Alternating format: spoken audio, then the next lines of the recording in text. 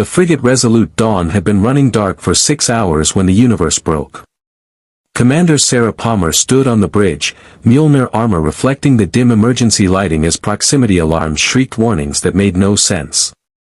The slipspace rupture had torn them from their mission, a classified ONI operation in the outer colonies, and deposited them in a region of space where the stars themselves were wrong.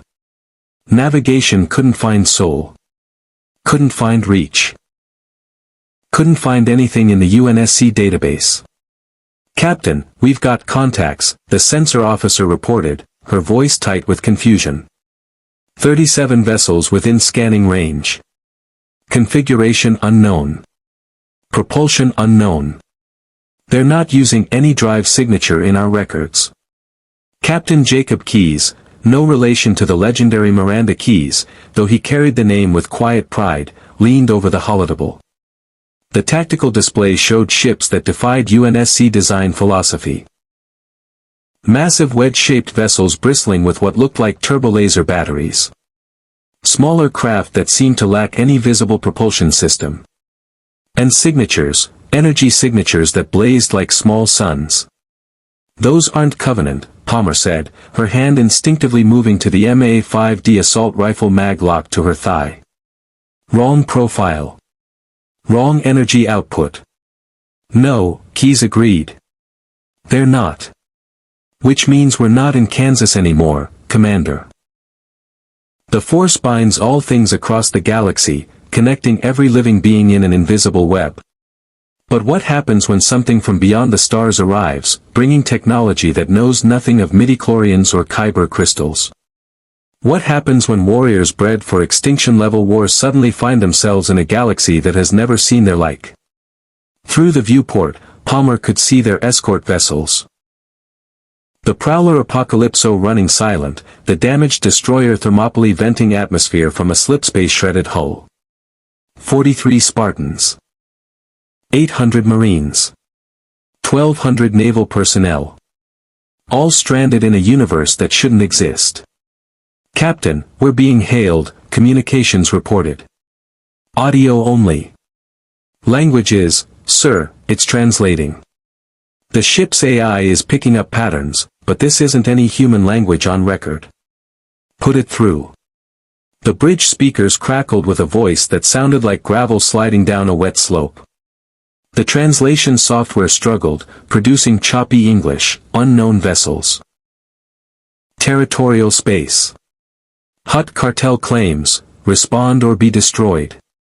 Palmer's helmet HUD lit up with tactical data as her armor's sensors went active.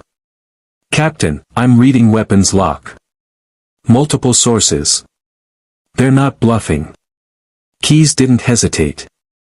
"Prepare MAC rounds 1 through 3. Target the largest vessel.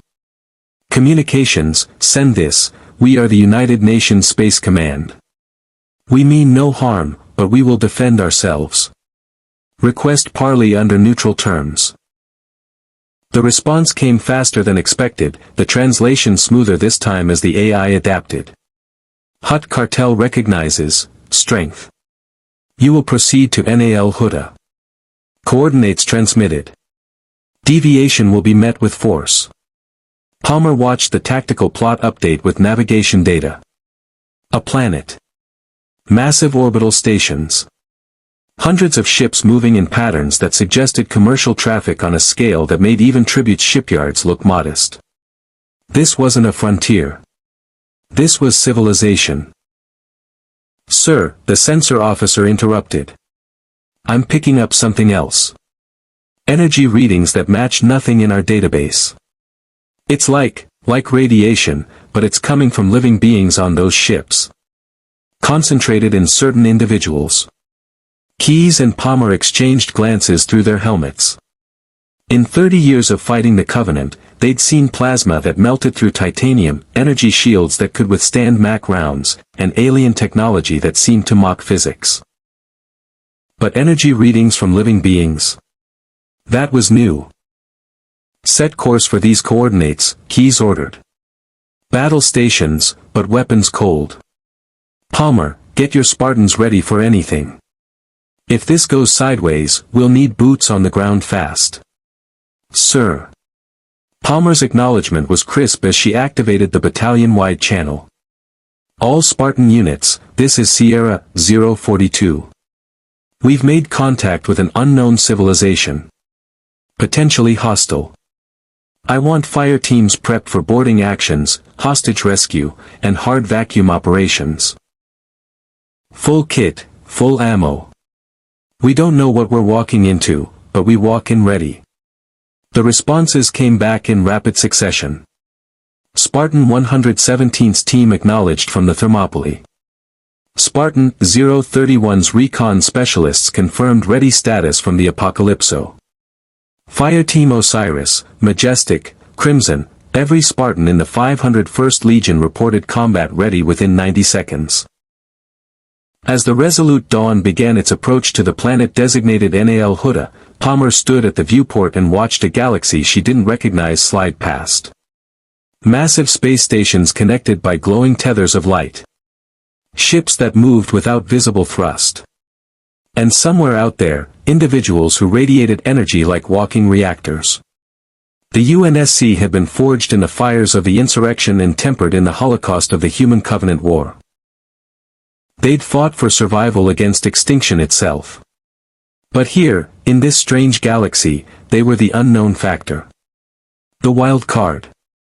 And if there was one thing Spartans excelled at, it was adapting to impossible odds. The planet grew larger in the viewport, a world of polluted cities and industrial sprawl that made Venezia look pristine. Palmer checked her weapons one final time, MA-5 loaded, M6 sidearm charged, combat knife sharp. Welcome to the Star Wars galaxy, she muttered to herself, though she didn't know those words yet. Let's see what you've got. If you want to see more factions and characters enter the Star Wars galaxy, hit that subscribe button and drop the name of a universe or military force you'd want to see in the comments below. May the Force be with you. Nal Hutta's orbital approach was a gauntlet of rusted defense platforms and decrepit warships that looked like they'd been patched together from 3 different vessel classes. Palmer watched through the Resolute Dawn's bridge viewports as their escort. A motley collection of armed freighters flying under Hutt colors, guided them toward a landing platform that jutted from the planet's largest moon like a broken tooth. "Captain, I'm not liking this," she said, her armor sensors painting the landing zone with a dozen potential ambush points. Classic kill box setup. High ground on 3 sides, limited egress routes, overlapping fields of fire. Keyes nodded, his weathered face illuminated by the holotable's blue glow. Agreed. But we need information, Commander. We need to know where we are, who controls this space, and if there's any way to repair our slipspace drive. That means playing their game. For now. The ship shuddered as landing thrusters fired, setting them down on a platform that reeked of engine grease and something organic that the atmospheric sensors flagged as potentially toxic. Through the external cameras, Palmer could see crowds gathering, species she'd never encountered in any UNSC database. Bipedal reptiles with blasters holstered at their hips.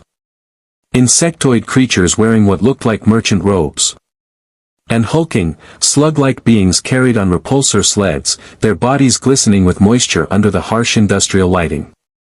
"Those are the Hutts," the intelligence officer reported, pulling up what little the ship's AI had gleaned from intercepted communications. "Near as we can tell, they run a criminal empire spanning dozens of systems. Smuggling, slavery, spice trade, protection rackets. Think the Venetian insurrectionists, but with legitimate political power." Palmer's jaw tightened. The UNSC had spent decades fighting insurrectionists who trafficked in human misery. The idea of meeting their galactic equivalent made her trigger finger itch. "Delegation incoming," sensors reported. 23 individuals. Mixed species. Energy weapons detected. An. "Captain, I'm reading those same anomalous life sign readings. 2 individuals in the group are showing energy outputs 3 times normal baseline." For sensitives, came a new voice over the comm channel. Lieutenant Commander Jameson Locke, ONI Section 3, stepped onto the bridge in black fatigues rather than Spartan armor. His approach was quieter, less aggressive. Intelligence, not muscle. We've been monitoring their communications, running linguistic analysis. They reference something called the Force repeatedly. Some kind of energy field that certain individuals can manipulate. Telekinesis, precognition, maybe more. Palmer turned to face him. You're saying they have psychic powers. I'm saying we need to proceed as if they do, Locke corrected. Until we understand the mechanism, we treat it as a threat. Spartans, your energy shields should provide some protection if these Force users try anything kinetic. But stay sharp. Keys straightened. Commander Palmer, you'll lead the ground delegation. 4 fire teams. Full tactical kit, but weapons lowered and less threatened. Locke, you're with her. I want intelligence on everything, political structures, technology level, military capabilities, and especially anything about this Force phenomenon. Understood, sir. 20 minutes later, Palmer stood at the bottom of the Resolute Dawn's ramp, her boots making hollow sounds on the Durasteel platform. Behind her, 16 Spartans formed a precise defensive formation, Sierra 117 and his team on point, Fire Team Osiris covering the flanks, Crimson watching their 6. Every rifle was lowered but hot. Every Spartan's shields hummed at full charge. The Hutt delegation approached with the confidence of those who owned the ground they walked on. At the center, carried on an ornate repulsor sled, was a massive slug-like being whose body had to weigh at least a ton. His skin was mottled green and brown, his eyes small and calculating above a wide, gaping mouth. When he spoke, Palmer's helmet translated the booming Huttese into something approximating English. I am Gorga the Hutt, overseer of this sector's commerce and security. You arrive in strange ships, bearing unknown weapons, speaking languages my translators struggle to decipher. This intrigued me. But it also presents opportunities. Palmer kept her voice level, her helmet's external speakers projecting calm authority. I am Commander Sarah Palmer of the United Nations Space Command, 501st Special Operations Legion. We are not from this region of space. Our ships were damaged in transit. We seek information and the resources to repair our vessels. We're prepared to negotiate in good faith. Gorga's mouth stretched in what might have been a smile, revealing rows of small, sharp teeth. Good faith. Such a delicate phrase. In Hutt space, faith is measured in credits and favors. His eyes drifted to the Spartans' armor, lingering on their weapons. Your soldiers are impressive. Enhanced. Cybernetic. Classified, Palmer said flatly. One of Gorga's attendants. A Twi'lek female with green skin and calculating eyes, stepped forward. Lord Gorga is offering hospitality. Surely your people are tired, hungry. We can provide quarters, sustenance, and perhaps, answers to your many questions. Locke's voice came through Palmer's private channel. Classic intelligence play. Separate us from our ships, get us comfortable, learn our weaknesses. Palmer subvocalized her response. Noted. But we need intel too. We'll play along, but on our terms. She addressed Gorga directly. We appreciate the offer. But our people remain with our ships. We'll send a small delegation to discuss terms. 4 of my soldiers, plus myself and my intelligence officer. Gorga's laugh was a wet, bubbling sound. Cautious. Wise. Very well.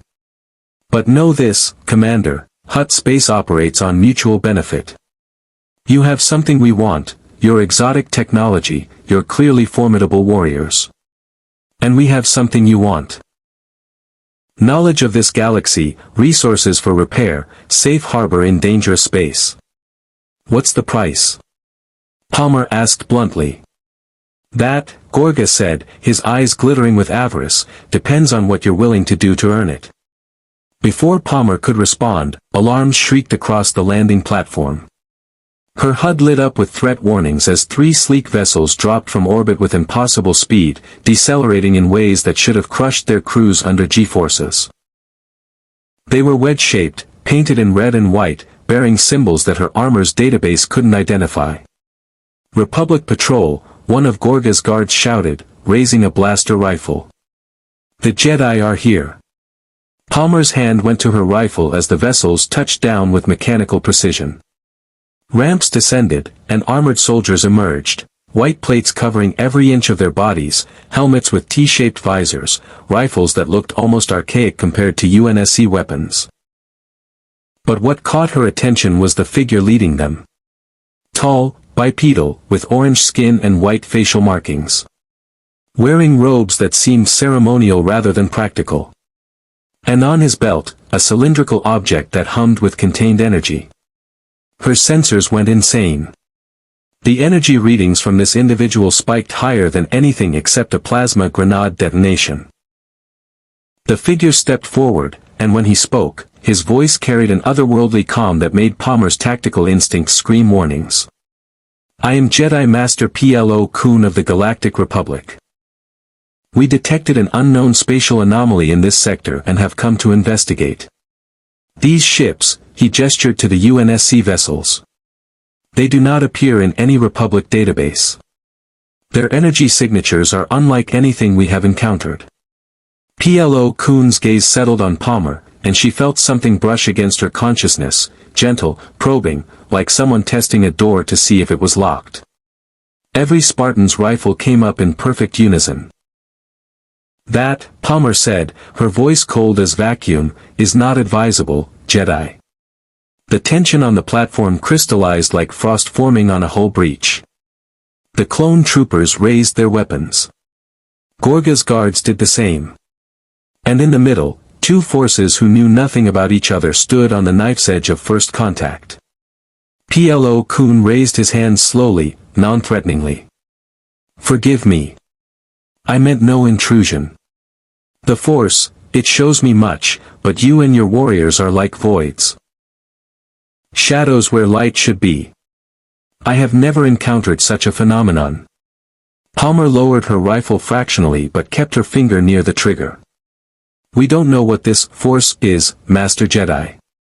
But where we come from, uninvited telepathic contact is considered an act of war." "Understood." Plo Koon inclined his head. "Then perhaps we should begin with introductions rather than assumptions.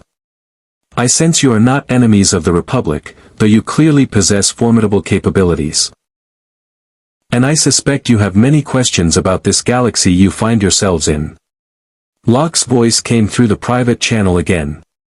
"This is it, Commander. First contact with a major power. How we handle this shapes everything that comes after."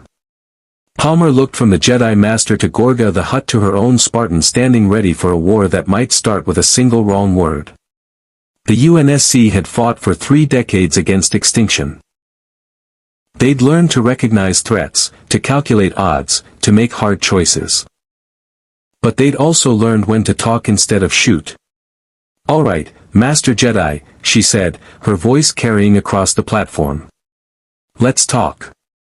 But on neutral ground, with my people present, and with the understanding that we defend ourselves if threatened. Fair?"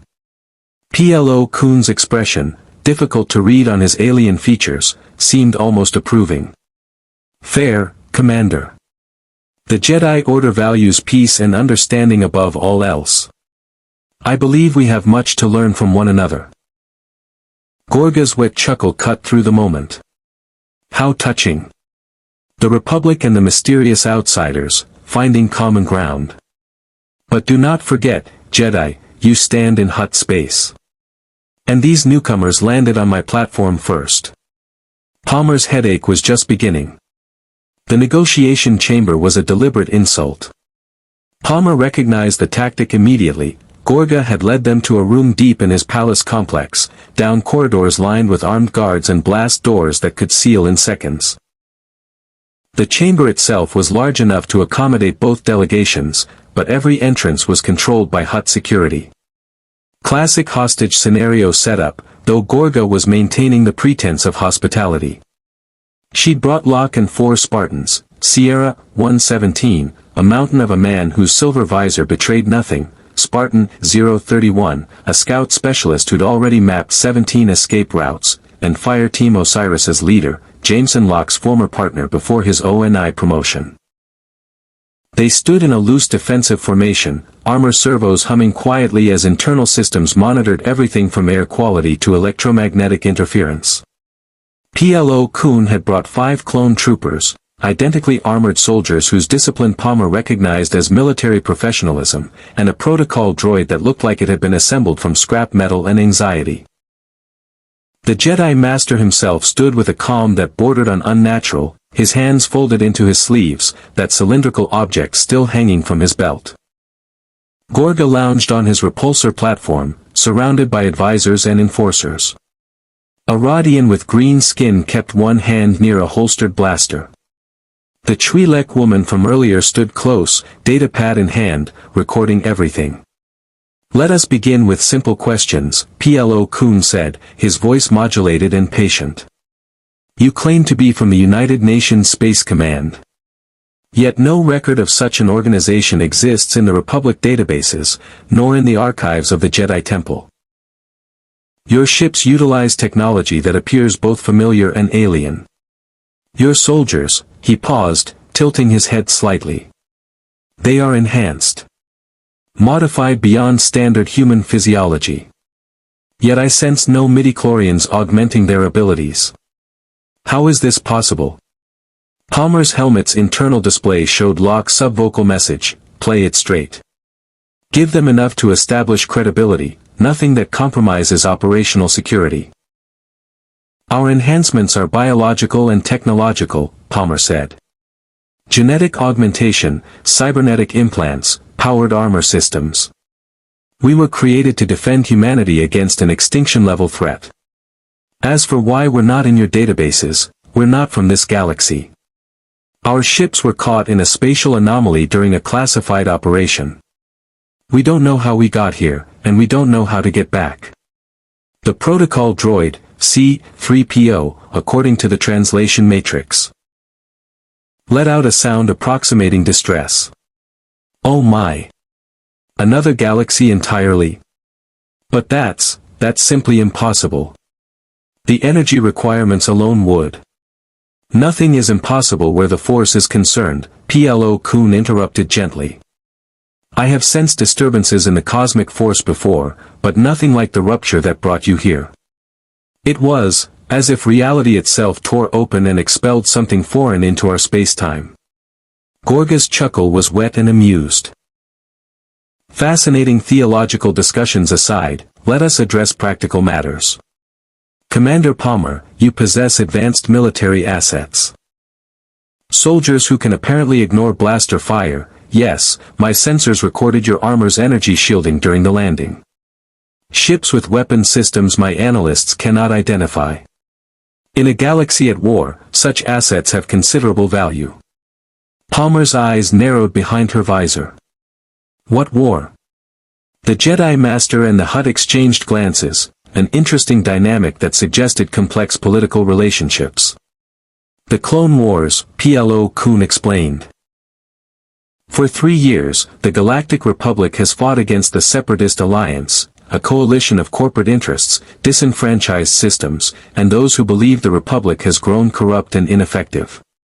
The Jedi serve as generals in this conflict, leading clone armies against droid forces across 1,000 systems." Sierra 117's voice came through the private channel, his deep rumble barely above a whisper. "Clone armies. Jedi generals. Droid soldiers. This is either the strangest insurgency I've ever heard of, or we've landed in the middle of someone's propaganda holodrama." Palmer had to agree. Nothing about this made tactical sense. "You're fighting droids? Automated military units?" "Indeed," Plo Koon confirmed.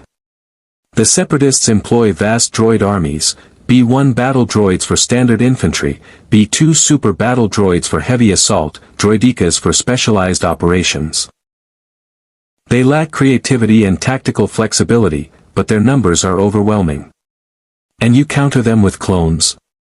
Palmer turned her attention to the identical soldiers flanking Plo Koon. Up close, she could see minor variations, small scars, different wear patterns on armor, subtle posture differences. But their faces, visible through removed helmets, were identical. Mass-produced soldiers. One of the clone troopers stiffened slightly. "We're more than that, ma'am. We're bred for combat, trained from birth. We're the Republic's finest." Palmer heard the pride in his voice, recognized the esprit de corps of professional soldiers. But beneath it, she heard something else, the unquestioning certainty of someone who'd never known another life. It reminded her uncomfortably of the Spartan II program's early days, before Dr. Halsey's candidates had grown old enough to question their purpose. Locke stepped forward. "Master Jedi, you mentioned the Force earlier.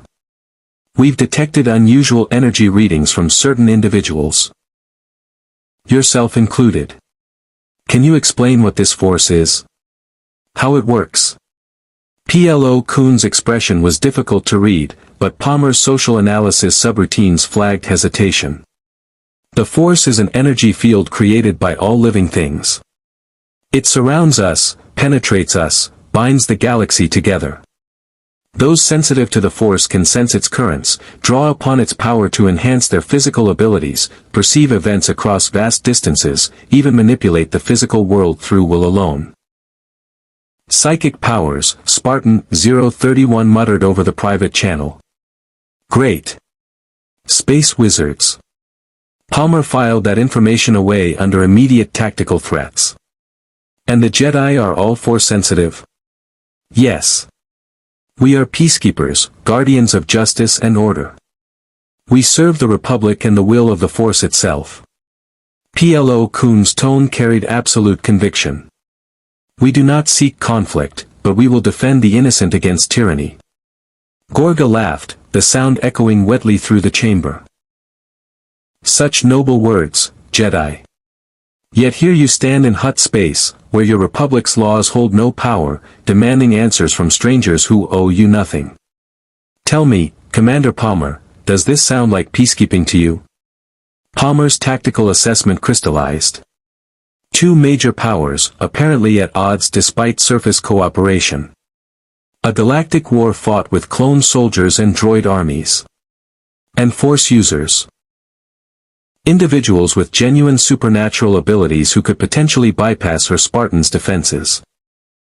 "What Gorga is delicately avoiding," she said, her voice cutting through the tension, "is that you both want something from us. The Jedi want to know if we're a threat to the Republic. The Hutts want to profit from our technology. Neither of you actually cares about helping us get home." Silence fell across the chamber. Gorga's eyes narrowed with calculation. Plo Koon's expression remained calm, but Palmer's threat assessment software flagged micro-movements suggesting surprise. "Perceptive," the Jedi Master finally said. "You are correct, Commander. The Republic must assess any new faction that appears in our galaxy, especially one with military capabilities that rival our own.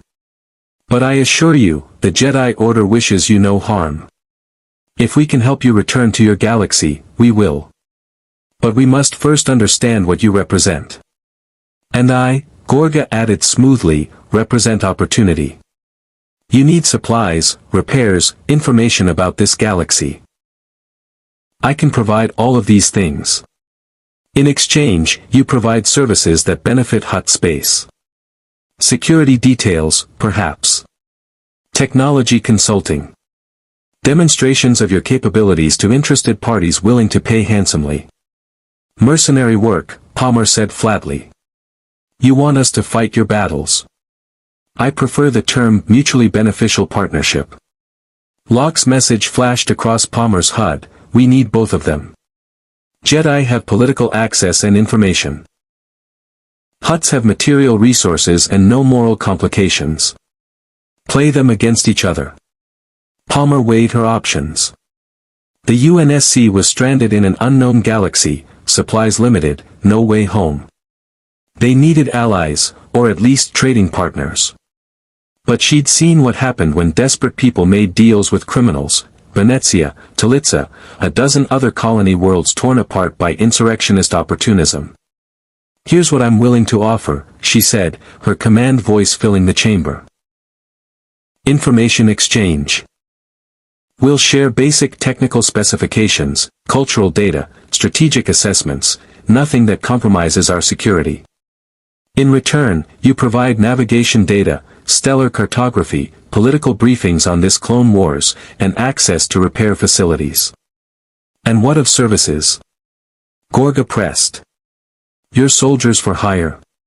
We defend ourselves if threatened.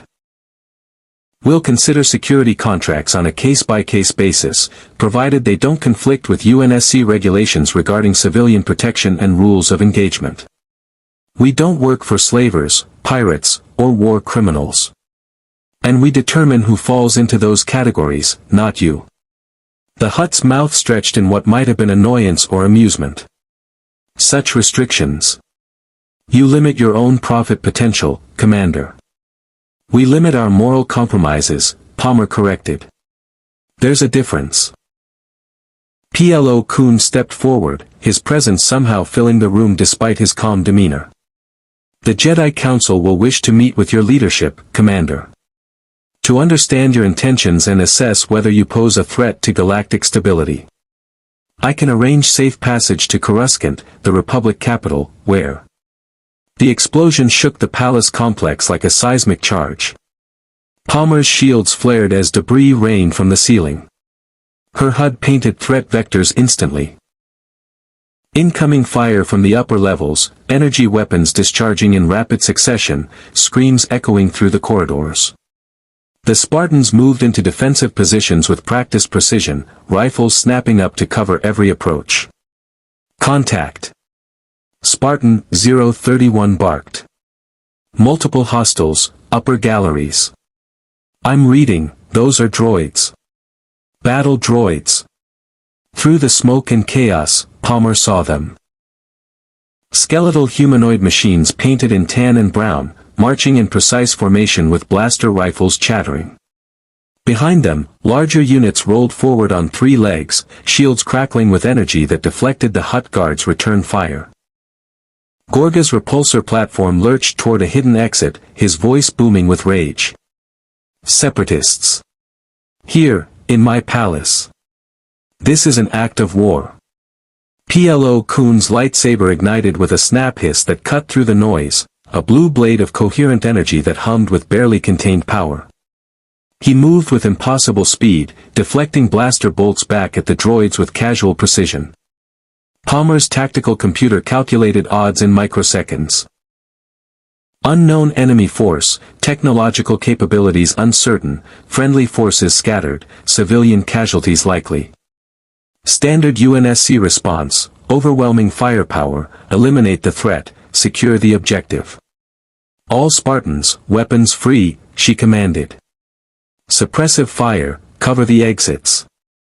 Lock, get Gorga and Plo Koon to safety. Sierra 117, you're with me." Her MA-5D assault rifle roared to life, and the galaxy learned its first lesson about the UNSC 501st Legion.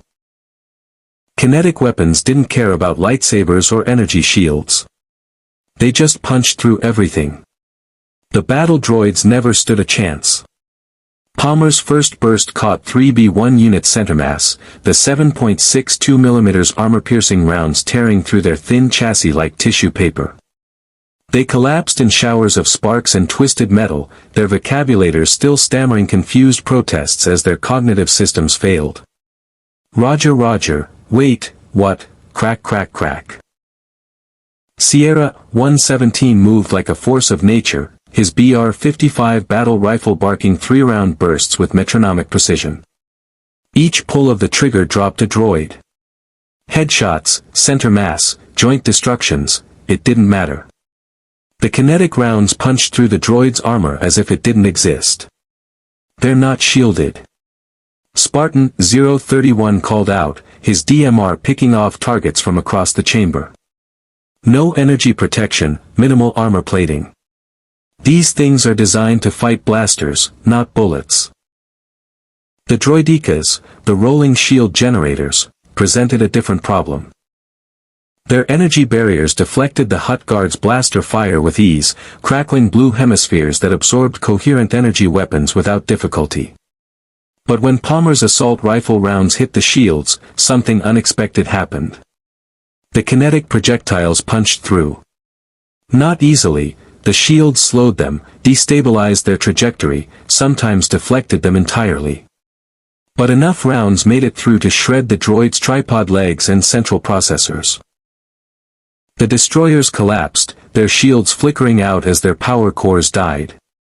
Fascinating, Plo Koon murmured, his lightsaber still ignited but lowered slightly as he watched the Spartans work. Your weapons bypass droideka shields. I have never seen such a thing. Different physics, Locke shouted over the gunfire, dragging Gorga's repulsor platform toward the reinforced exit. Energy shields are tuned to deflect plasma and coherent energy.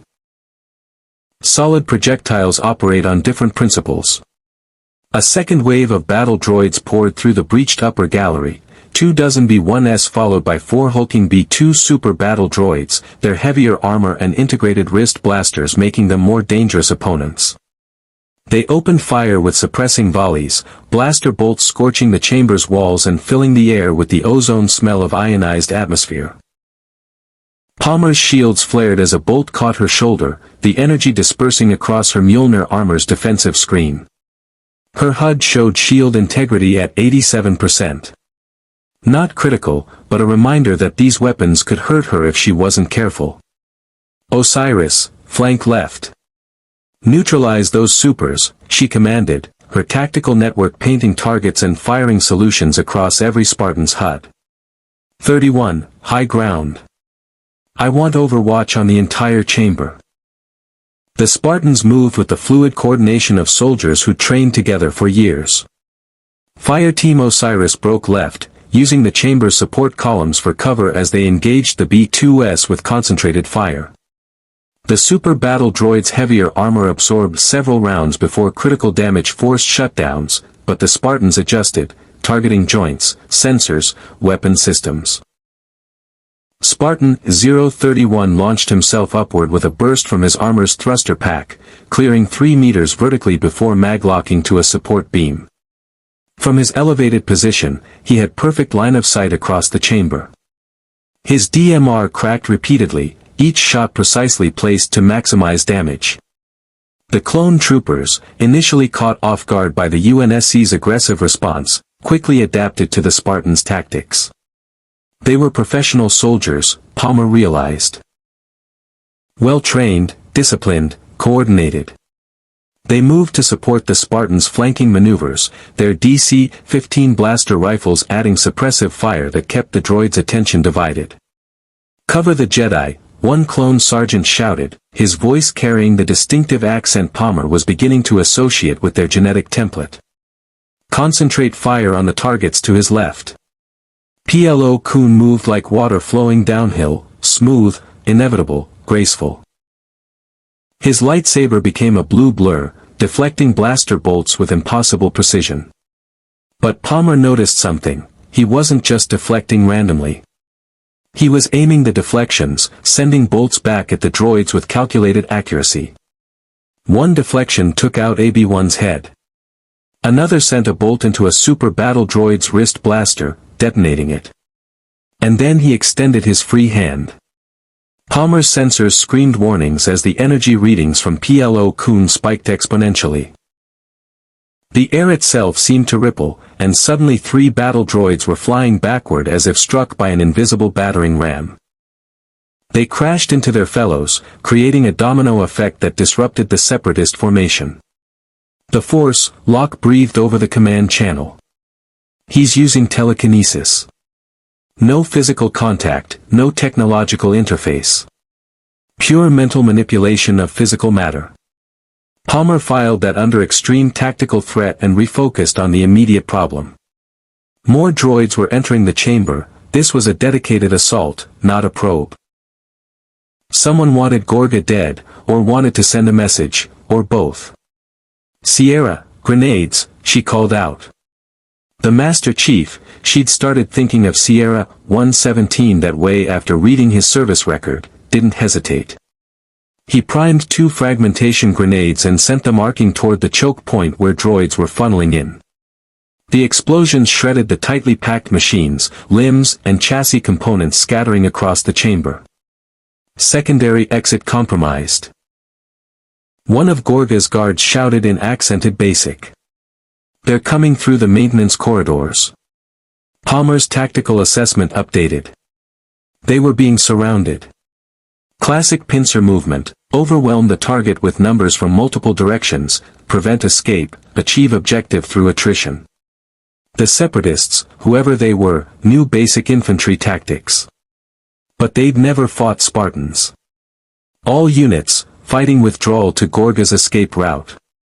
Palmer ordered. Leapfrog pattern, covering fire, no one gets left behind. PLO Kun, can you seal that breach? The Jedi Master nodded, his expression hidden behind his protective mask but his body language radiating focus.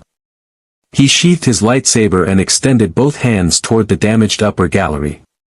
The energy reading spiked again, and Palmer watched in fascination as massive chunks of debris, tons of rockcrete and durasteel, lifted into the air and flew toward the breach.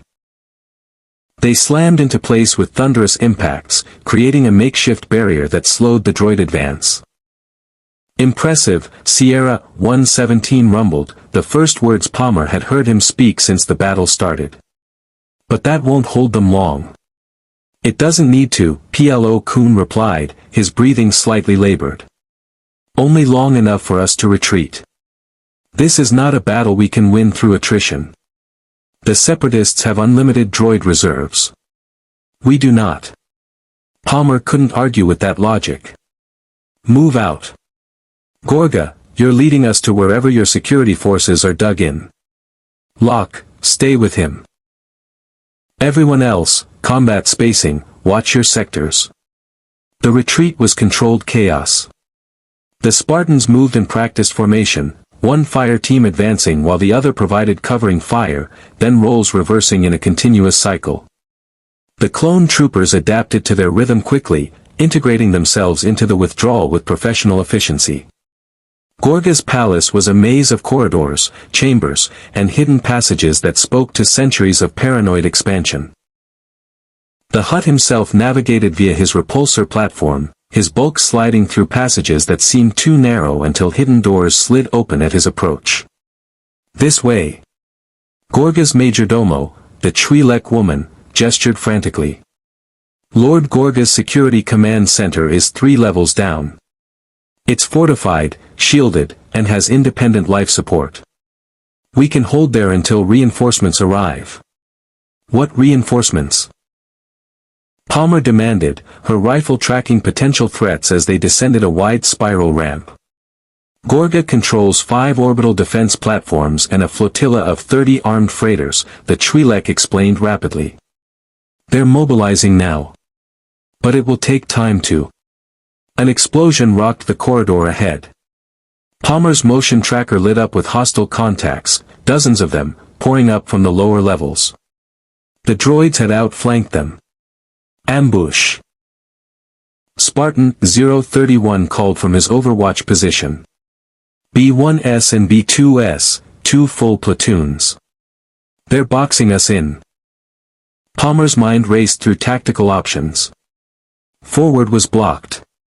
Retreat was cut off by the droids they'd been fleeing.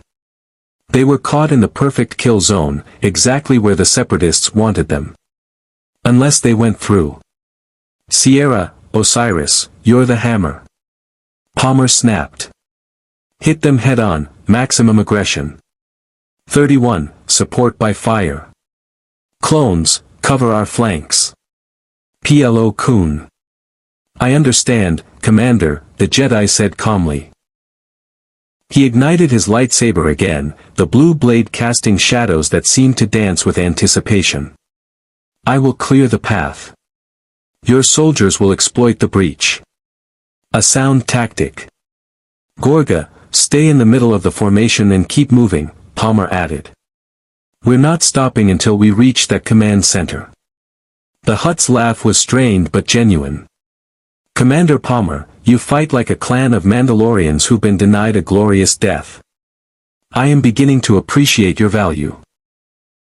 Save the compliments for after we survive, Palmer growled.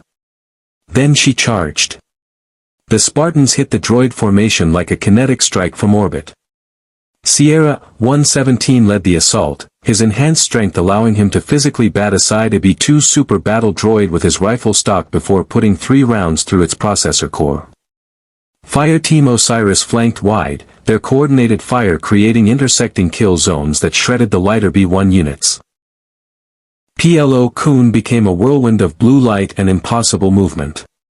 His lightsaber severed droid limbs, bisected torsos, deflected blaster fire back into the attackers with precision that bordered on precognition. And maybe it was, Palmer's sensors showed those same energy spikes preceding his movements, as if he was sensing threats before they manifested. The clone troopers fought with disciplined ferocity, their training evident in every movement. They covered each other's reloads, called out targets, coordinated fire with hand signals that Palmer's tactical software cataloged for future reference. These weren't conscripts or militia. These were professional soldiers who'd been bred and trained for exactly this kind of combat. Palmer's shields took 3 hits in rapid succession, dropping to 43% before regenerating. A blaster bolt grazed Spartan 031's armor, scorching the paint but not penetrating. One clone trooper went down with a shot to the leg, and 2 of his brothers immediately dragged him to cover while maintaining suppressive fire. And through it all, the Spartans' kinetic weapons carved through the droid ranks like a hot knife through butter. The Separatists' machines weren't designed to face solid projectile weapons at close range. Their armor was optimized for deflecting blaster bolts and absorbing energy weapon impacts. Against bullets traveling at supersonic speeds, they might as well have been made of cardboard. Breakthrough. Locke shouted.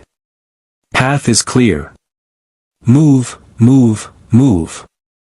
The combined force surged forward, leaving behind a chamber littered with destroyed droids and scorch marks from blaster fire. Gorga's repulsor platform hummed at maximum speed as they descended into the palace's fortified core. Behind them, Palmer could hear more droids approaching. This wasn't over. This was just the beginning. And somewhere in this galaxy, someone had just made a very expensive mistake. They'd attacked a position defended by Spartans. And Spartans never forgot. Gorga's command center was a fortress within a fortress, 3-meter-thick durasteel walls, independent shield generators, and enough firepower to hold off a small army. Palmer swept the room with tactical precision as her fire team secured the entrances, her armor sensors cataloging defensive positions, power conduits, and structural weak points out of pure habit. The chamber's centerpiece was a massive holographic display showing NAL Hutta's orbital space in real time. Red icons, Separatist vessels, were moving into attack positions around the planet. Blue icons representing Hutt defense forces were scrambling to intercept. And hanging in high orbit, painted green on the display, were the 3 UNSC ships. Status report, Palmer demanded, turning to her Spartans. Casualties, ammunition, shield integrity. 0 Kia, Sierra 117 reported, his voice carrying that characteristic calm that came from decades of combat. Spartan 031 took superficial damage to armor plating, no penetration. Shields averaged 70% capacity across all units. Ammunition expenditure, 40% of carried load. Palmer nodded.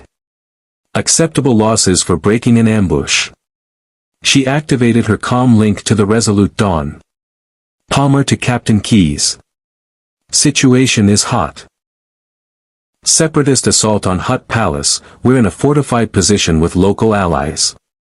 What's your status? Keyes' voice crackled through, tense but controlled. We've got problems, Commander. 6 Separatist frigates just dropped out of hyperspace. Yes, hyperspace. Our sensors finally figured out what they're calling their FTL. They're launching fighter craft and what look like troop transports. The Hutt defense platforms are engaging, but they're outgunned. We're being hailed by both sides demanding we choose, help defend Hutt space or stand down and prepare for boarding. Recommendations? Palmer asked, though she already knew what Keyes would say. We defend our position. We don't know these separatists, don't know their capabilities, and we sure as hell don't surrender to anyone. But Commander, we're looking at a full-scale battle. If we engage, we're picking a side in a war we don't understand. Palmer glanced at PLO Kuhn, who was tending to the wounded clone trooper with surprising gentleness, using that force ability to apparently ease pain. Then at Gorga, who was bellowing orders to his subordinates about mobilizing every armed ship in his fleet.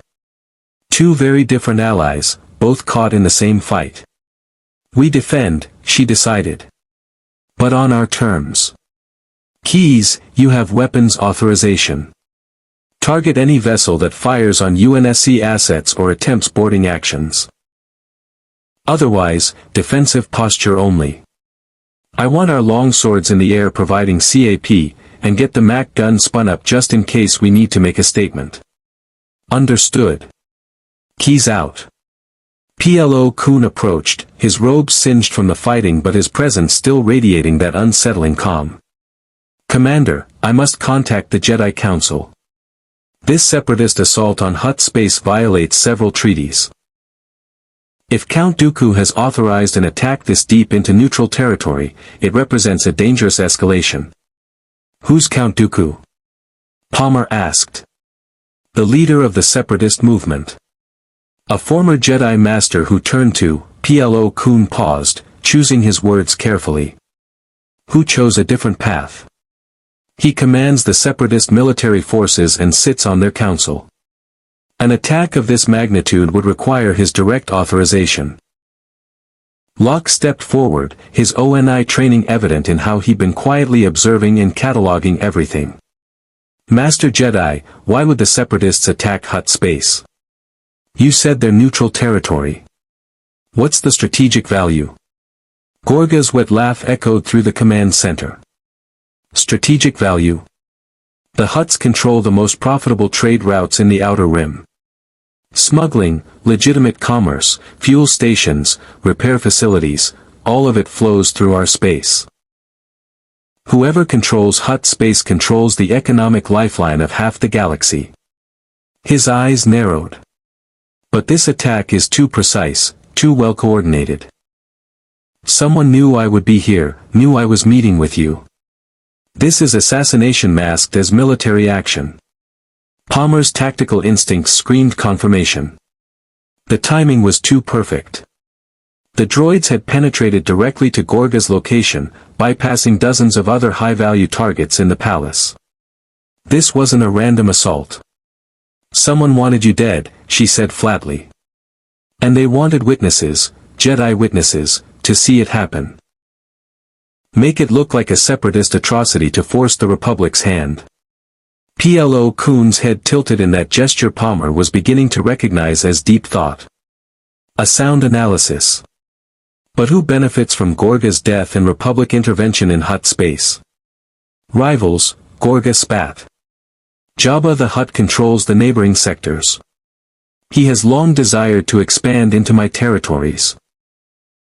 If I die and the Republic intervenes to stabilize the region, Jabba positions himself as the cooperative ally while claiming my assets as protective administration. Politics and profit, Palmer muttered. Some things are universal. The holographic display flared with new alerts. The Separatist fleet was launching a full assault. Vulture droids swarming toward Hutt defense platforms, troop transports descending toward the palace complex, and one frigate moving into bombardment position above their location. They're going to level this entire sector, Gorga's majordomo said, her voice tight with fear. Lord Gorga, we must evacuate. No, Gorga's voice carried absolute authority. I do not flee from machines and cowards. If they want my palace, they will pay for it in scrap metal and burning wreckage. He turned to Palmer. Commander, you said your people defend themselves when threatened. You are threatened now. What will you do? Palmer looked at her Spartans, warriors who'd faced impossible odds and won. At the clone troopers, soldiers bred for war, standing ready despite being outnumbered and outgunned. At Plo Koon, a warrior monk with supernatural powers who'd fought beside them without hesitation. The UNSC had a saying, "We don't leave anyone behind." They just expanded that definition to include aliens from another galaxy. Locke, get on the horn with keys. I want precise coordinates for that bombardment frigate. Sierra, prep your team for orbital insertion if we need to board that ship. 31, you're coordinating fire support with Gorga's defenses. Plo Koon, she paused. Can you and your clones hold this command center if we pull out for offensive operations? The Jedi Master's eyes crinkled in what might have been a smile behind his mask. Commander, the Jedi have held positions against far worse odds. We will not fall. Good enough. Palmer pulled up the tactical display, her mind already running assault scenarios. Gorga, I need everything you know about that frigate's defenses. Crew complement, shield strength, hangar bay locations, everything. The Hutt's expression was pure predatory satisfaction. I am beginning to see why the universe saw fit to bring you to our galaxy, Commander Palmer. You are a weapon shaped like a woman, and I appreciate fine weapons. Save the flattery. Just give me the intel. As Gorga's analysts began uploading data to Palmer's armor systems, the command center shuddered from a near miss, a Separatist bombing run that cratered the palace's upper levels. Dust rained from the ceiling. Alarms blared. And somewhere above them, battle droids were systematically fighting their way down toward their position. Plo Koon moved to the entrance, his lightsaber igniting with that characteristic snap hiss. The clone troopers formed a defensive line beside him, their rifles aimed at the reinforced blast doors. Professional. Disciplined. Ready. Commander, the Jedi said quietly, I sense great strength in you and your warriors. Not the Force, but something else. A will forged in fires I can only imagine. Whatever battles you have fought in your own galaxy, they have shaped you into formidable soldiers. We fought for survival, Palmer replied, checking her rifle's ammunition counter. For 30 years, we fought an enemy that wanted to exterminate every human in existence. We lost billions. We lost entire worlds. But we didn't lose the war. She met his gaze through her visor. And we don't plan to start losing now. Then we are fortunate to fight beside you. Plo Koon turned back to the blast doors as heavy footsteps echoed in the corridor beyond. Though I suspect the Separatists are about to learn a harsh lesson about underestimating unknown forces. The doors exploded inward, blown off their hinges by shaped charges. Battle droids poured through the breach, dozens of them, supported by droidekas rolling into position, their shields crackling to life. Palmer's helmet HUD painted every target, calculated firing solutions, projected casualties and probable outcomes. The Spartans moved into position with mechanical precision. The clone troopers braced for impact. And Plo Koon stepped forward into the storm of blaster fire like a man walking through rain. All units, Palmer said, her voice carrying absolute confidence, weapons free. Show them what happens when you corner Spartans. The command center erupted in controlled violence.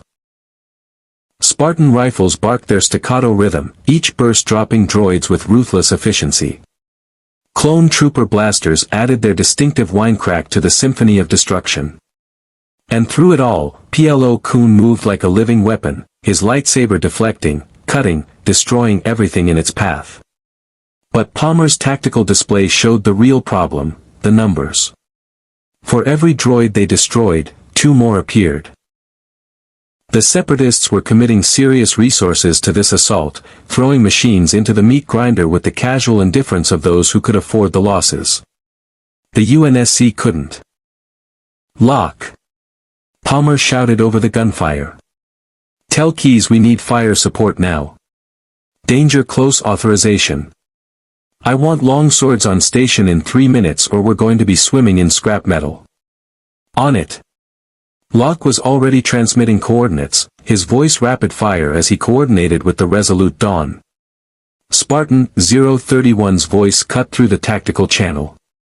Palmer, I've got movement on the external sensors. Massive signatures, closing fast on our position. They're not droids. These are organic heat signatures. Dozens of them. Palmer's blood ran cold. Not just droids. Living soldiers. The Separatists were escalating. Plo Koon, she called out. What else do the Separatists have besides droids? The Jedi Master's response was grim. Mercenaries. Bounty hunters. And if they are truly committed to this assault, he paused, deflecting 3 blaster bolts in a single flowing motion. Sith assassins. Sith. Like evil Jedi. Far worse, Commander. Far worse. The lights in the command center flickered. The temperature dropped 10 degrees in as many seconds. And Palmer's motion sensors picked up something moving through the droid ranks, something fast, purposeful, and radiating energy signatures that made her tactical computer throw error warnings. Through the smoke and chaos, a figure emerged. Humanoid. Female. Skin pale as death. Eyes burning with yellow fire. And in each hand, curved lightsabers the color of fresh blood ignited with a sound like screaming metal. Plo Koon's entire body tensed. Asajj Ventress. Count Dooku's apprentice. The woman smiled, and it was the smile of a predator that had just spotted wounded prey. Hello, Jedi, Ventress purred, her voice dripping with malice. And what interesting new toys have you brought me to play with? Palmer's rifle came up, her finger finding the trigger. Spartans, she said quietly. Welcome to the deep end. Asajj Ventress moved like death incarnate. One moment she stood at the entrance, surrounded by battle droids. The next, she was among them, a blur of pale skin and crimson blades that carved through the machines like they were made of smoke. Not because she needed to clear a path. Because she enjoyed it. Palmer's threat assessment software screamed warnings as her HUD tracked the woman's movements. Ventress crossed 15 meters in under 2 seconds, her speed defying human physiology even with Spartan augmentations. Those twin lightsabers spun in patterns too fast for normal eyes to follow, each movement precise and economical. Sith assassin, Plo Koon said, his voice tight with focus. Dark side user. Trained in Form 2 lightsaber combat and Jarkai dual-blade technique. Extremely dangerous. Force sensitive. Palmer asked, her rifle tracking Ventress but not firing, not yet. She wanted to understand this threat before engaging. Yes. And unlike the Jedi, she has no restraint. No mercy. She kills because she enjoys it. Ventress stopped 10 meters from their defensive line, her yellow eyes scanning the Spartans with predatory interest. Fascinating. You're not clones, I can sense that much. Your armor is different. Your weapons are different. And you, her gaze fixed on Palmer. You command them like you were born to it. Who are you, soldier girl? Palmer didn't lower her rifle. Commander Sarah Palmer, UNSC 501st Legion. You're trespassing on a position we're defending. Turn around and walk away. Ventress' laugh was like breaking glass. Such confidence. I admire that in prey. She shifted her stance, lightsabers held in a loose guard that somehow managed to threaten every approach angle simultaneously. But you have no idea what you're facing. I've killed Jedi Masters. I've slaughtered clone battalions. What makes you think your primitive ballistic weapons can touch me? Only one way to find out, Palmer said flatly. She fired. The MA-5DS 3-round burst crossed the distance in milliseconds, supersonic rounds that should have punched through Ventress' torso and ended the fight. But the Sith assassin moved with impossible prescience, her body twisting sideways as if she'd known the exact trajectory before Palmer pulled the trigger. The rounds passed through empty air where she'd been standing. Too slow, Ventress taunted. Sierra 117 fired next, his battle rifle barking a precise burst aimed at Ventress' center mass. She spun, one lightsaber coming up to intercept, and the round sparked off the energy blade, deflected at angles that sent them ricocheting into the walls. Not all of them. Palmer's sensors registered one round clipping Ventress' shoulder, tearing through fabric but not penetrating deeply. First blood. Ventress' eyes widened fractionally. You actually touched me. Her voice carried genuine surprise mixed with dark amusement. Impressive. Most impressive. Let's see how you handle this. She extended one hand, and Palmer's threat warning spiked into the red zone. An invisible force slammed into Palmer like a physical blow, lifting her off her feet and hurling her backward into the command center's wall. Her shields flared, absorbing the impact, but the sheer wrongness of being moved without physical contact sent her combat instincts into overdrive. She hit the wall hard enough to crack durasteel, her HUD showing shield integrity dropping to 51%. Telekinesis. Locke shouted, diving for cover. She's using the Force as a weapon. Ventress was already moving, her lightsabers carving toward the nearest Spartan, Fire Team Osiris Point Man. He raised his rifle to block, and the crimson blade sheared through the weapon's barrel like butter, melted metal spraying across his shields. The Spartan rolled backward, drawing his sidearm, but Ventress was faster. Her second blade came around in a horizontal slash aimed at his neck. Plo Koon intercepted, his blue lightsaber meeting her red in a clash that sent energy crackling through the air. The two Force users engaged in a duel that looked more like choreographed dance than combat, blades moving at speeds that blurred even in Palmer's enhanced vision, each strike meeting perfect parries, footwork flowing like water. Plo Koon, Ventress said, her voice strained with effort. The Council's pet peacekeeper. Still clinging to your precious light side while the galaxy burns? Still murdering innocents for a master who sees you as disposable? Plo Koon countered, his tone sorrowful rather than mocking. You were not always this creature of darkness, Asajj. There is still time to turn back. There is only power. Ventress snarled, pressing her attack with renewed ferocity. Palmer regained her feet, her tactical mind racing. Ventress was fast, too fast for conventional weapons to track. She had precognition or enhanced reflexes that let her dodge bullets. She could use telekinesis to throw Spartans around like toys. And her lightsabers could cut through almost anything. But she wasn't invincible. That shoulder wound proved it. She could be hit. She could bleed. All Spartans, suppressive fire. Palmer ordered. Don't aim for her, aim for where she's going to be. Predictive targeting, maximum volume. Sierra, 31, fragmentation grenades on my mark. Clones, concentrate fire on the droids, keep them off our backs. The command center transformed into controlled chaos. Spartan rifles opened up in staggered bursts, not trying for precision but creating a kill zone of overlapping fire that forced Ventress to constantly move, dodge, deflect. She was faster than human, but she couldn't be everywhere at once. The sheer volume of fire began to limit her options. Now! Palmer shouted. Sierra 117 and Spartan 031 threw grenades simultaneously, lobbing them in high arcs that descended toward Ventress from angles her lightsabers couldn't easily intercept.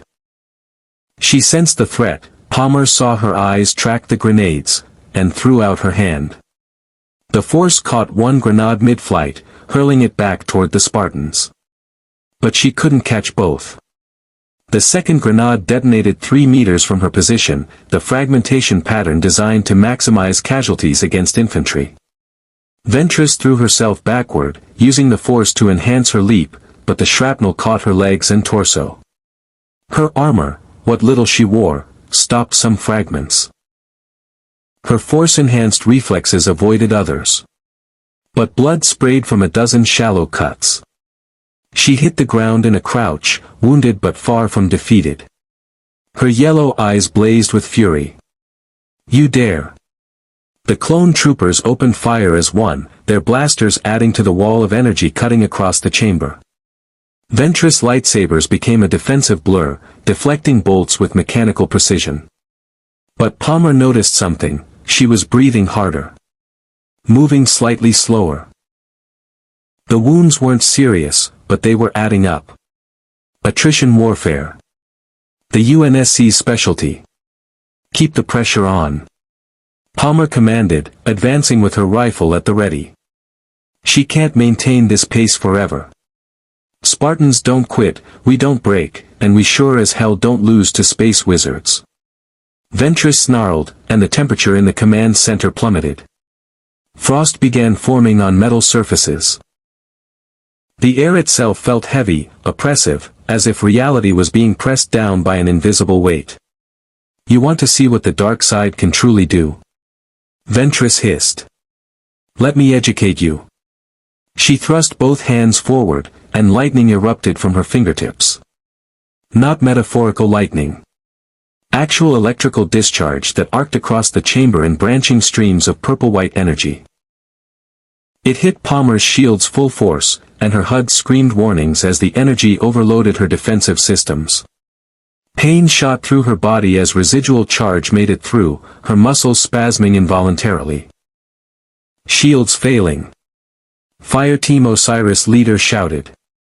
That energy bypasses standard defensive matrices. Plo Koon leaped between Ventress and the Spartans, his lightsaber intercepting the lightning stream. The energy crackled against the blade, dispersing into harmless sparks. Your hatred gives you strength, Ventress, but it will consume you. This path leads only to destruction. Then I'll drag you down with me, Jedi. The two Force users clashed again, their battle intensifying to levels that Palmer could barely track. Lightsabers moved in arcs of blue and red light. Force pushes sent debris flying. The very air seemed to ripple with their power. And while they fought, Palmer made a command decision. Lock, she sub-vocalized over the encrypted channel. Status on those longswords. 30 seconds out, Locke replied from his position coordinating with the Resolute Dawn. But Palmer, if they fire missiles into this facility, the collateral damage won't matter if we're all dead. I need you to coordinate a precision strike on the Separatist troop transports landing outside this complex. Cut off their reinforcements. Can you do it? I can do it. But you'll be on your own down here. We're Spartans, Palmer said grimly.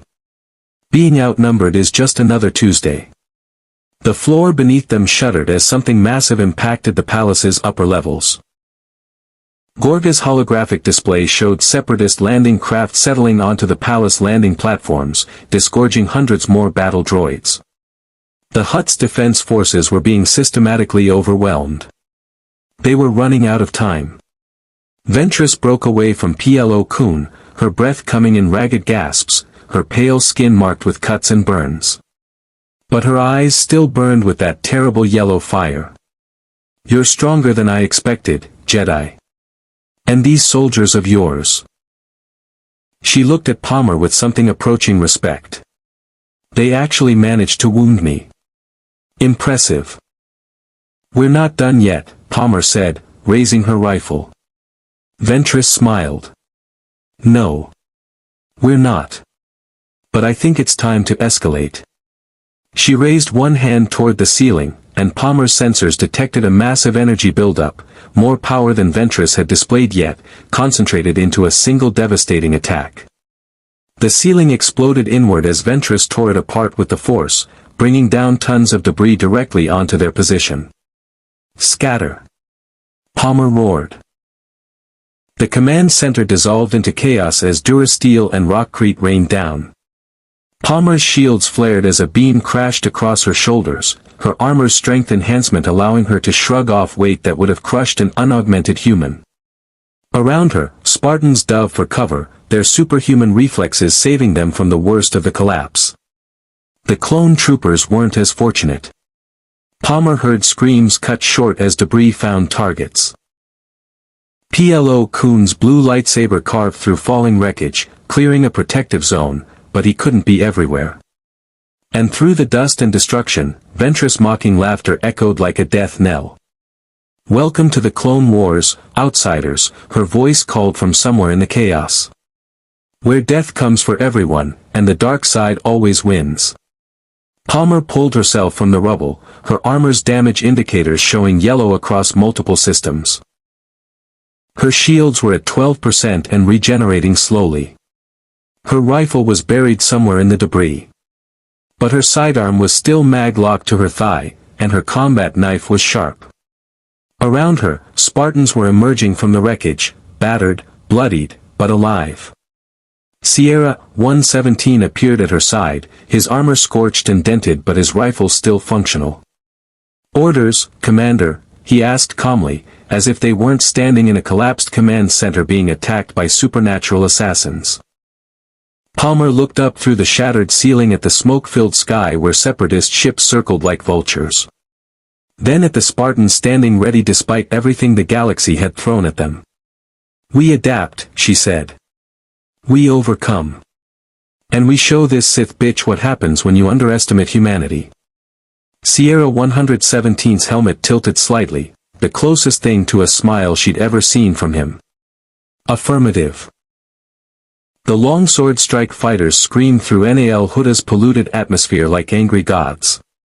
Palmer heard them before she saw them, the distinctive roar of twin fusion engines pushing the interceptors to supersonic speeds. Through the gaping hole in the command center ceiling, she watched as 4 longswords dove toward the palace complex, their weapon bays already opening. "Danger, close fire mission inbound." Locke's voice crackled through her helmet comm. "All UNSC personnel, brace for impact in 5, 4, 3. The longswords unleashed their payload. ASGM, 10 missiles, 4 per fighter, 16 total, streaked toward the Separatist landing craft clustered on the palace's upper platforms. The missiles were designed for ship-to-ship combat, carrying shaped charges that could punch through UNSC frigate armor. Against the lightly armored C-9979 landing craft, they were apocalyptic. The first transport disappeared in a fireball that lit up the smoke-choked sky. The second took 3 direct hits, its reactor detonating with enough force to send debris raining across 2 city blocks. The third tried to lift off, its repulsor lift screaming as it clawed for altitude, then a missile struck its starboard engine and it rolled, crashing into a neighboring structure in a spectacular cascade of destruction. In 15 seconds, the longswords had eliminated the Separatist reinforcement capability. "Good effect on target," Palmer said, allowing herself a moment of satisfaction. "Locke, tell the pilots excellent work. Now get them on station for close air support, I have a feeling we're going to need it." "Already done," Locke confirmed. "But Palmer, we've got bigger problems. The Resolute Dawn reports that Separatist frigate is moving into bombardment position. Captain Keyes is requesting permission to engage with the Mac cannon." Palmer's tactical mind calculated the implications. The magnetic accelerator cannon was the UNSC's premier ship-to-ship weapon. A coil gun that fired a 600-ton Ferrous slug at 4% the speed of light.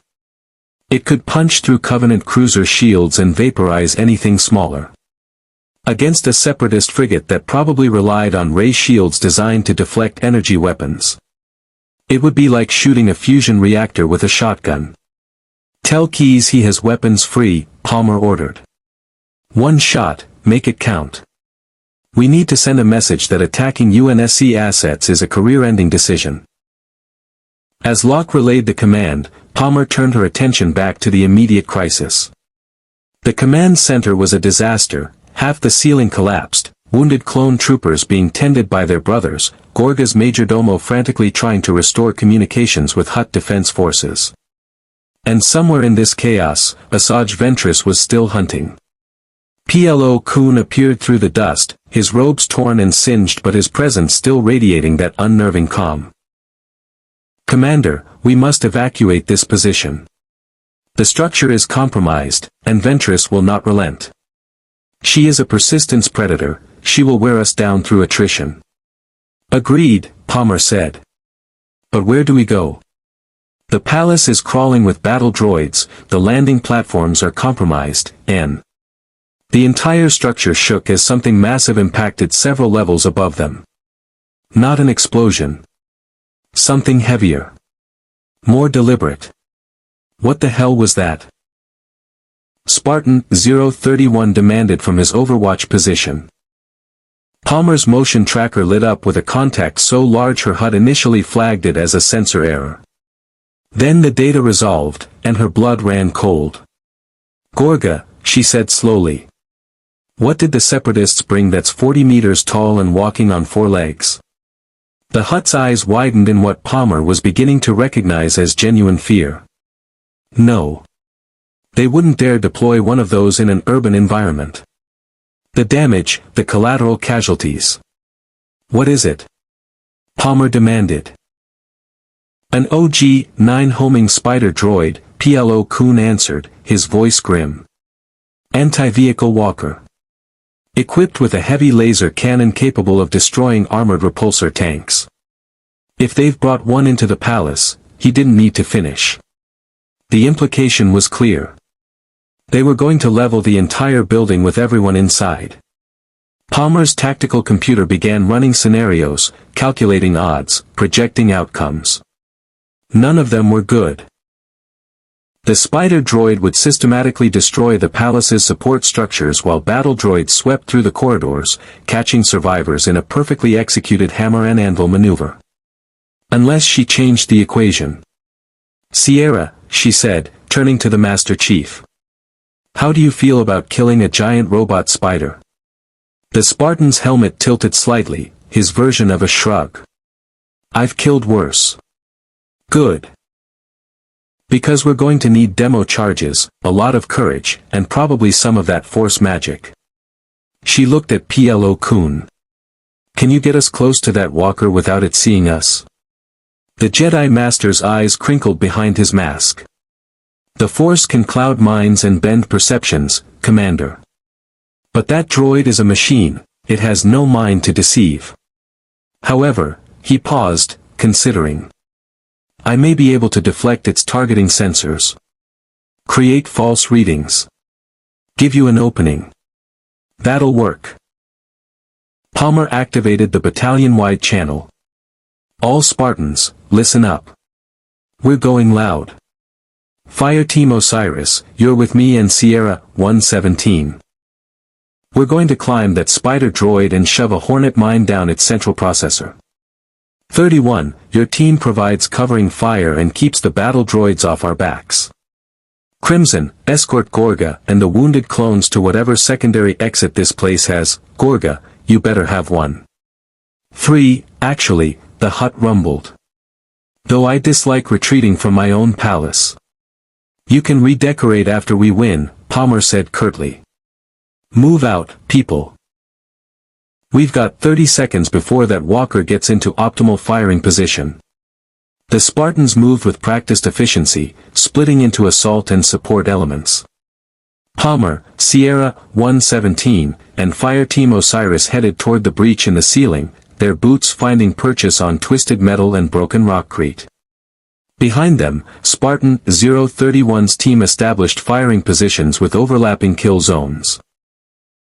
Palmer emerged onto what had been the palace's third-level observation deck, now a landscape of destruction that looked like a war zone from the Human Covenant War. And looming over it all, the spider droid, a mechanical nightmare of articulated legs and heavy weapons, its central laser cannon tracking targets with mechanical precision. That's not a droid, one of Osiris muttered. That's a walking tank. Then we're tank hunters, Palmer replied. Plo Koon, do your thing. The Jedi stepped forward, extending his hands in a gesture that looked almost like supplication. The air rippled, and Palmer's sensors detected those same energy spikes she'd come to associate with force usage. The spider droid's optical sensors flickered, its targeting matrix cycling through what looked like false contacts. Go. Plo-kun said, strain evident in his voice. I can only maintain this for seconds. Palmer didn't hesitate. She sprinted across the open deck, her armor's enhanced speed pushing her to 40 kilometers per hour in 3 strides. Behind her, Sierra, 117 and Osiris followed in perfect formation. The spider droid's cannon swung toward them, sensors screaming warnings. And then swung away, tracking ghost contacts that didn't exist. Palmer reached the walker's nearest leg, a massive piston assembly of durasteel and hydraulics. She maglocked a hornet mine to the joint, a shaped charge designed to disable vehicle mobility. Sierra, you take the second leg. Osiris, third and fourth. We cripple this thing, then climb it like a jungle gym. The Spartans moved with choreographed precision, placing charges on structural weak points that Palmer's armor AI had already identified. Behind them, Spartan 031's team opened fire on approaching battle droids, their rifles creating a perimeter of suppressive fire. Charges set. Sierra 117 reported. Detonation ready on your mark. Palmer was already climbing, her armor's enhanced strength letting her haul herself up the walker's frame using exposed conduits and armor plating as handholds.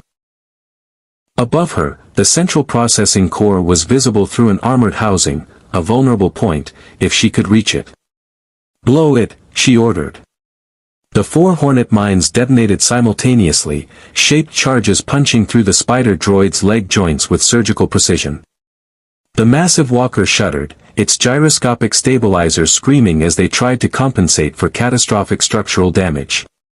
2 legs buckled, and the entire machine listed to one side like a wounded animal. Palmer used the moment of instability to leap, her armor's thruster pack firing a short burst that carried her up and forward. She landed on the walker's back, mag boots locking to the hull, and drew her combat knife. Sierra, Osiris, get up here. We've got maybe 10 seconds before this thing compensates. The other Spartans clambered up the tilted hull, their movements spider-like in their efficiency. Palmer was already working, her knife prying open an access panel that led to the walker's central systems. Sparks flew as she cut through wiring, her helmet's HUD providing schematic overlays from the frigate's AI analysis. Got it. She pulled out a cluster of optical cables that pulsed with data transmission. This is the primary control nexus. Sierra, give me one of your frag grenades. The Master Chief handed over the explosive without question. Palmer primed it, shoved it deep into the walker's guts, and sealed the access panel. Everyone off. 5 seconds to detonation. The Spartans leaped from the walker in perfect synchronization, hitting the deck in controlled rolls as their armor absorbed the impact. Behind them, the spider droid's central core detonated from the inside out, the fragmentation grenade tearing through delicate computing systems and power conduits. The massive machine collapsed, its legs folding beneath it, its laser cannon swinging wildly before shutting down completely. Smoke poured from every joint and seam. And across the palace complex, every battle droid suddenly froze mid-action. They're networked. Plo-kun said, understanding dawning in his voice. The Spider Walker wasn't just a weapons platform, it was the command and control node for the entire droid assault force. Without it, the droids began moving again, but erratically. Firing randomly. Walking into walls. Their coordinated assault had dissolved into confused chaos. Palmer allowed herself a tight smile. Decapitation strike. Take out the command element, the rest falls apart. Basic infantry tactics. In my experience, Plo-kun said with what sounded like approval, basic tactics executed flawlessly are more valuable than complex strategies that fail. The Jedi Council would do well to learn from your pragmatism, Commander. Before Palmer could respond, the sky above Nal Hutta erupted in silent light. Even through the polluted atmosphere, the Mac cannon's impact was visible, a streak of white-hot metal crossing the distance between the Resolute Dawn and the Separatist frigate at relativistic speeds. The frigate's shields flared, absorbing a fraction of the kinetic energy. Then they collapsed. The 600-ton slug punched through the frigate's hull like tissue paper. It entered through the forward section, passed through the bridge, reactor core, and engine compartments, and exited through the aft plating. The entire process took less than a second. The damage was catastrophic. The ship split in half along the impact trajectory, atmosphere venting in explosive decompression, secondary explosions rippling through both sections as systems failed. The wreckage began its slow fall toward Nal Hutta's surface, trailing debris and burning fuel. Every combatant in the palace complex, UNSC, Hutt guards, clone troopers, even the confused battle droids, stopped to watch the display. By the Force, Plo Koon breathed. What manner of weapon was that? Magnetic accelerator cannon, Palmer said quietly. Ship killer. We use them against Covenant capital ships. Against that frigate, she shrugged. Overkill, probably. But effective. Locke's voice came through her calm, excited and professional. Mac strike successful. Separatist fleet is breaking off. Remaining ships are entering hyperspace. The Hutt defense forces are standing down. Battle's over, Commander. Palmer surveyed the devastated palace, the destroyed droids, the wounded soldiers being tended by their comrades. Victory, yes. But a costly one. And she had a feeling this was just the opening move in a much larger game. Gorga's repulsor platform emerged from the lower levels, the Hutt's expression combining fury and grudging respect. Your ship just destroyed a Separatist frigate with a single shot. A single shot. Commander Palmer, I think we need to renegotiate our arrangement. You and your people are far more valuable than I initially assessed. We're not mercenaries, Palmer said firmly. And we're not for sale. Everyone is for sale at the right price, Gorga countered. The question is what currency you accept. Credits? Information? Perhaps, his eyes glittered. A way home? Palmer's helmet hid her expression, but her voice carried steel. Keep talking. The negotiations took place in Gorga's secondary command center, deep in the palace's reinforced sublevels where even the Separatist assault hadn't penetrated. Palmer stood across the holographic table from the massive Hutt, flanked by Sierra, 117 and Locke. Plo Koon occupied a neutral position between them, his presence a reminder that the Republic had interests here too.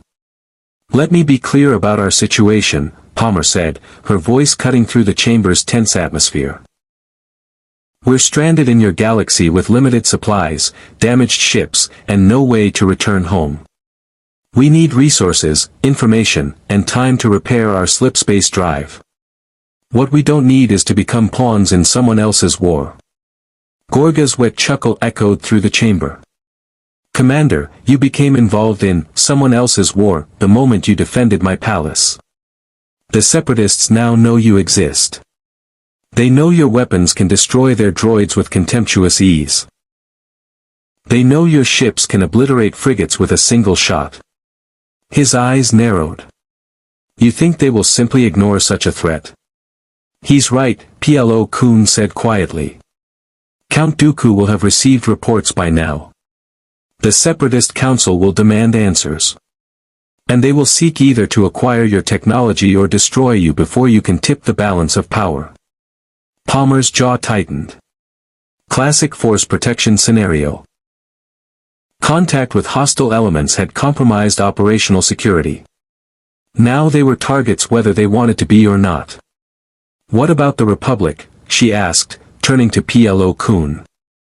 Where does the Jedi Council stand on this? The Jedi Master was silent for a long moment, his masked face unreadable. The Council will be divided. Some will see you as potential allies against the Separatist threat. Others will fear your technology, your capabilities, your apparent immunity to the Force. And there are those who will question your intentions, 3 warships appearing from nowhere, armed with devastating weapons, defending criminal interests in Hutt space. He spread his hands apologetically. The Jedi seek peace, Commander. But we also seek to understand. You represent an unknown variable in a galaxy already tearing itself apart. So we're stuck between a criminal empire that wants to exploit us and a republic that doesn't trust us, Locke said, his ONI training evident in how quickly he'd analyzed the political landscape. Perfect. Not entirely, Gorga rumbled. I am not the only Hutt with interests in maintaining independence from both Republic and Separatist control. The Hutt Cartel is vast, wealthy, and, when properly motivated, capable of providing resources even the Republic cannot match. He gestured at the holographic display, which shifted to show star charts of the Outer Rim. Repair facilities that ask no questions. Supply depots with exotic materials. Information networks that span half the galaxy. All available, for the right price. Palmer studied the display, her tactical mind working through the implications. And what price would that be? Protection, Gorga said simply. The Separatists will retaliate for today's humiliation. Perhaps not immediately, they are cautious when facing unknown threats, but they will come. I want your soldiers to train my security forces. I want access to your weapons technology, or at least the principles behind it. And I want the assurance that if the Separatists return, the UNSC will defend Hutt space as fiercely as you defended my palace today. You want us to be your private army, Palmer said flatly. I want a mutually beneficial alliance, Gorga corrected. You need resources to survive and repair your ships. I need security against enemies who would see my empire crumble. We both need each other, Commander. The question is whether you're pragmatic enough to admit it. Palmer looked at Sierra 117, who stood silent and motionless as a statue. Then at Locke, whose expression suggested he was already running probability matrices on long-term strategic outcomes. Finally at PLO Kuhn, who watched the exchange with the patient attention of someone who'd witnessed countless negotiations between conflicting parties. Master Jedi, Palmer said carefully. If we enter into an arrangement with Gorga, does that put us at odds with the Republic? PLO Kuhn considered the question with visible care. Hutt space is neutral territory. The Republic has complicated relationships with the Hutt Cartel. We neither endorse their criminal activities nor openly oppose them, as they control trade routes essential to our war effort. He paused. If you defend Hutt space against Separatist aggression, you technically aid the Republic by denying the enemy strategic territory. But if you help the Hutts expand their criminal enterprises, he left the implication hanging. We're not helping anyone commit crimes, Palmer said firmly. But we will defend ourselves and our allies against military aggression. That's within our mandate as a military organization. A fine distinction, PLO Kuhn observed. But one that may not satisfy those who see the world in absolutes. Locke stepped forward. Commander, we need to think long-term here. ONI protocols for first contact situations recommend establishing multiple alliance networks to avoid dependency on any single faction. If we align exclusively with either the Hutts or the Republic, we limit our options. But if we can maintain working relationships with both. Palmer understood immediately. Play both sides, leverage their competing interests, maintain independence while securing necessary resources. It was pragmatic. Coldly logical. It was also exactly the kind of moral compromise that had driven the insurrection in the first place. Here's my counteroffer, Palmer said, addressing both Gorga and PLO Kuhn. The UNSC will provide security consultation and defensive support against Separatist aggression. We will not participate in offensive operations, criminal activities, or any action that violates our rules of engagement. In exchange, Gorga provides access to repair facilities, raw materials, and information about this galaxy. The Republic gets full transparency on our capabilities, intentions, and a commitment that we will not knowingly aid forces hostile to democratic governance. You're trying to have it both ways, Gorga rumbled. I'm trying to keep my people alive while maintaining our principles, Palmer corrected. We didn't ask to be here. We didn't ask to be caught in your war. But we're here now, and we'll make the best of it without compromising who we are. Gorga's laugh was surprisingly genuine. You negotiate like a Hutt, Commander. Ruthless beneath the civilized veneer. Very well. I accept your terms, with one addition: your people train a select cadre of my security forces in your combat tactics. Not your weapons technology, not your ships. Just tactics. Show my soldiers how you destroyed that spider walker, how you broke the Separatist assault. That knowledge alone would be worth the resources I'm providing. Palmer considered. Tactical training wasn't technology transfer. It didn't violate UNSC security protocols. And it would give her leverage to ensure Gorga honored his commitments. Acceptable. But we choose which tactics to teach, and we maintain oversight on how they're used. Agreed.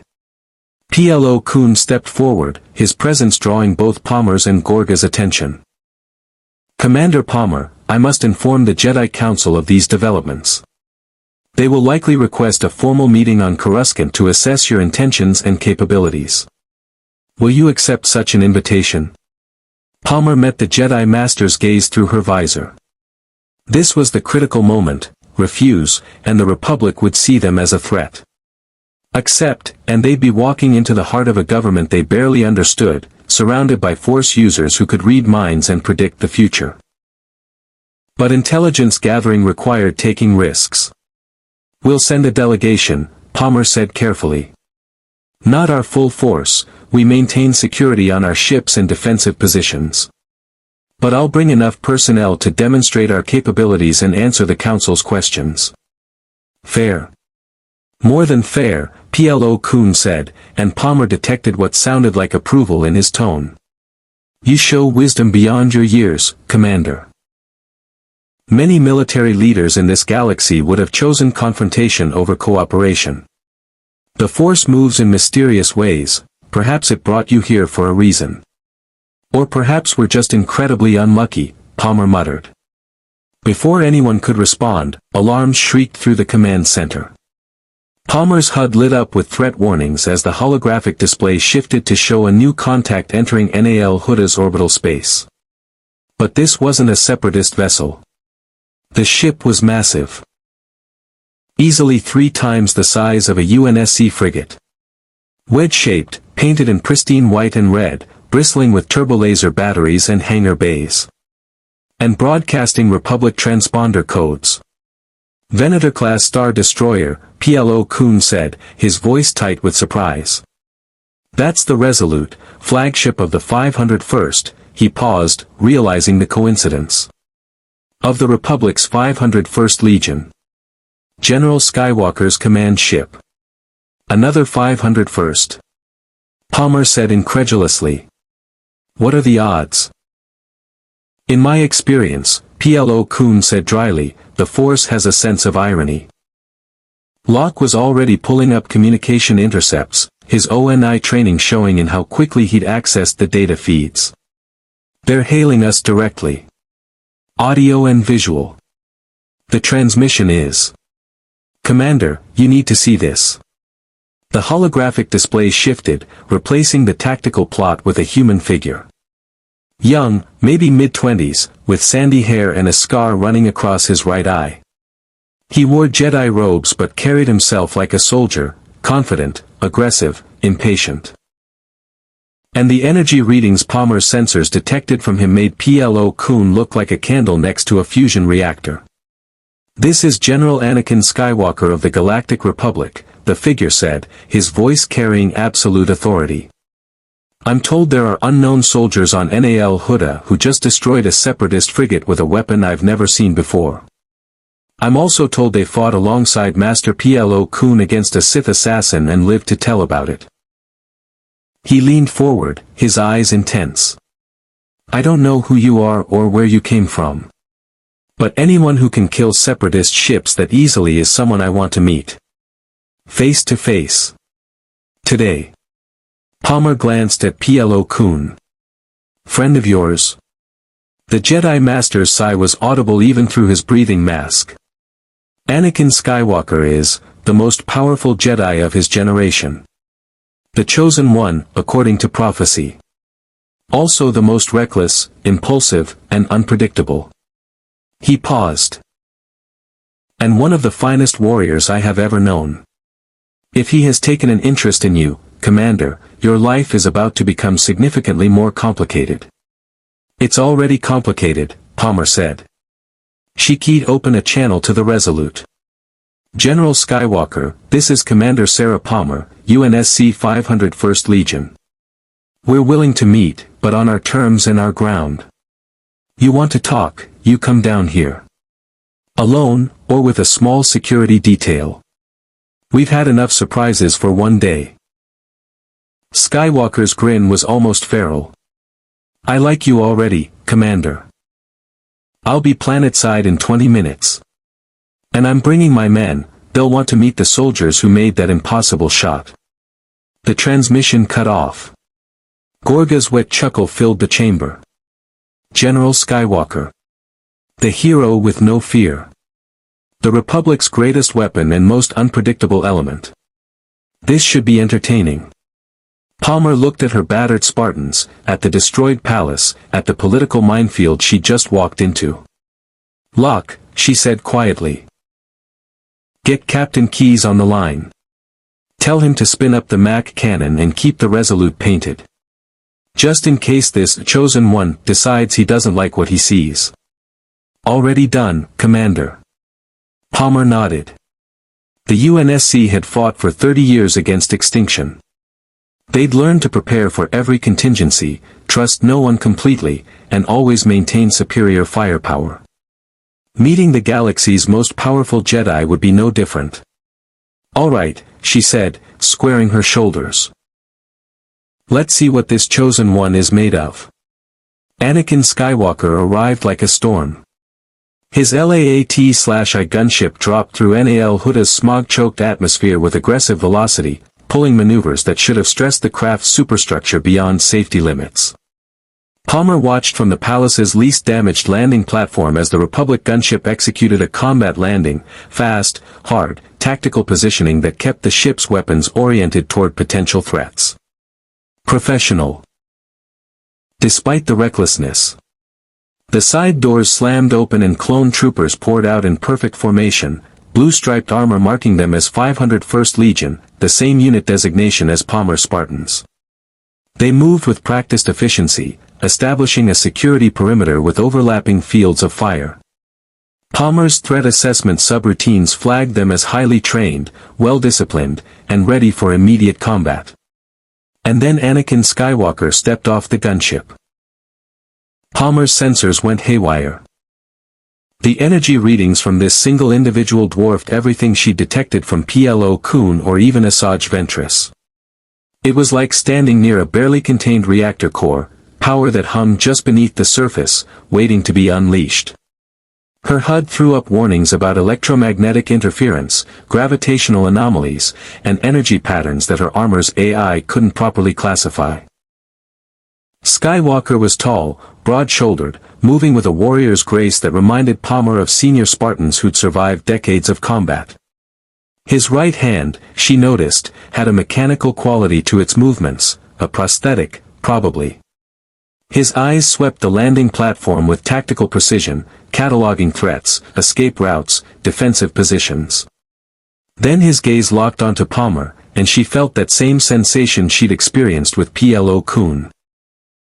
A gentle probing at the edges of her consciousness, like someone testing a locked door. Every Spartan's rifle came up in unified response. Skywalker stopped, raising his hands slowly. Easy. Just wanted to see if you were force sensitive. You're not, but you're also not normal humans. Enhanced somehow. Augmented. His eyes narrowed with interest. I've never encountered anything like you. Commander Sarah Palmer, UNSC Special Operations, Palmer said, her voice carrying authority despite the targeting lasers now painting Skywalker's chest. Lower your force sensing, General. We don't appreciate uninvited mental contact. To her surprise, Skywalker smiled, genuine, appreciative. Fair enough. Sorry about that. Old habit. He gestured to his clone troopers, who lowered their weapons fractionally. These are the best soldiers in the Republic military. My 501st. I heard yours had the same designation. Coincidence? Apparently the Force has a sense of humor, Palmer said dryly, lowering her own rifle. Her Spartans followed suit, though their ready posture made it clear they could re-engage in milliseconds. Skywalker walked forward with confident strides, his clone captain, designated Rex by the blue markings on his helmet, following at a respectful distance. Master Plo Koon sent me a colorful report. Said you destroyed a spider walker with nothing but grenades and tactics. Said your ships use kinetic weapons that bypass droideka shields. And said you killed a Separatist frigate with one shot. He stopped 3 meters from Palmer, his expression intense. I need to know if that's true, or if the old master is exaggerating. It's true, Sierra 117 said, his deep voice cutting through the tension. We neutralized the walker's command and control functions. The frigate was destroyed by our ship's magnetic accelerator cannon. Standard UNSC armaments. Skywalker's grin widened. Standard. Right. He turned to look at the resolute Dawn hanging in orbit, visible through the atmospheric haze. I've seen a lot of weapons in this war, Commander. Turbolasers, ion cannons, proton torpedoes. Nothing like what your ship carries. The Separatist frigate didn't just explode, it was punched through. Completely. Like someone had fired a spear through a piece of flimsy. His eyes gleamed with something between admiration and hunger. The Republic could use weapons like that. The Republic can't have them, Palmer said flatly. UNSC technology isn't for sale or transfer. We're willing to cooperate with the Republic on defensive matters, but we're not arming either side of your war. Why not? Skywalker challenged. The Republic fights for freedom, democracy, justice. The Separatists are led by corporate greed and Sith manipulation. This isn't some gray area conflict, Commander. There's a right side and a wrong side. Palmer had heard that argument before. I'm sure the Separatists say the same thing about you. That the Republic is corrupt, bloated, unresponsive to the needs of outer systems. That they're fighting for independence and self-determination. They're being manipulated by Count Dooku, Skywalker shot back. A Sith Lord who murders innocents and wages war for his own power. There's no moral equivalence here. Maybe not, Palmer conceded. But we've been in your galaxy for less than a day, General. We don't understand your politics, your history, or your conflicts well enough to choose sides based on ideology. What we do understand is survival. And right now, that means maintaining our independence. Skywalker's jaw tightened, and for a moment Palmer wondered if she'd pushed too hard. Then he laughed, short, sharp, genuine. You're either incredibly brave or incredibly stupid, Commander. Most people don't lecture the Chosen One about galactic politics. The Chosen One? Palmer asked. Plo Koon's voice came from behind her. An ancient Jedi prophecy. One who will bring balance to the Force, destroy the Sith, and restore peace to the galaxy. The older Jedi Master approached, his tone carrying what sounded like affection mixed with exasperation. Though Anakin tends to downplay that particular destiny when it's convenient. Prophecies are overrated, Skywalker muttered. I'd rather judge people by what they do, not what some ancient text says they're supposed to do. He focused on Palmer again. Which brings me to why I'm really here. I need to see what you can do. Your soldiers, your tactics, your capabilities. The Council wants a full assessment before they decide how to handle your arrival. Handle us? Palmer's voice carried a dangerous edge. We're not a problem to be handled, General. We're a sovereign military force that's been displaced into your galaxy. We're willing to cooperate, but we won't be managed like assets. Poor choice of words, Skywalker admitted. Let me rephrase. The Council wants to understand what you represent. Are you potential allies? Neutral parties? Threats? They need data to make that assessment. He gestured to the destroyed palace complex. PLO Kuhn's report helps, but it's not enough. They want to see your capabilities firsthand. You want a demonstration, Locke said, stepping forward. Proof that we're as capable as reported. Exactly, Skywalker confirmed. And I want to see if your soldiers can hang with clone troopers in a real fight. No offense, but armor and weapons only get you so far. I need to know if your people have the skill to back up the technology. Palmer felt Sierra 117 shift slightly beside her, the Master Chief's version of taking offense.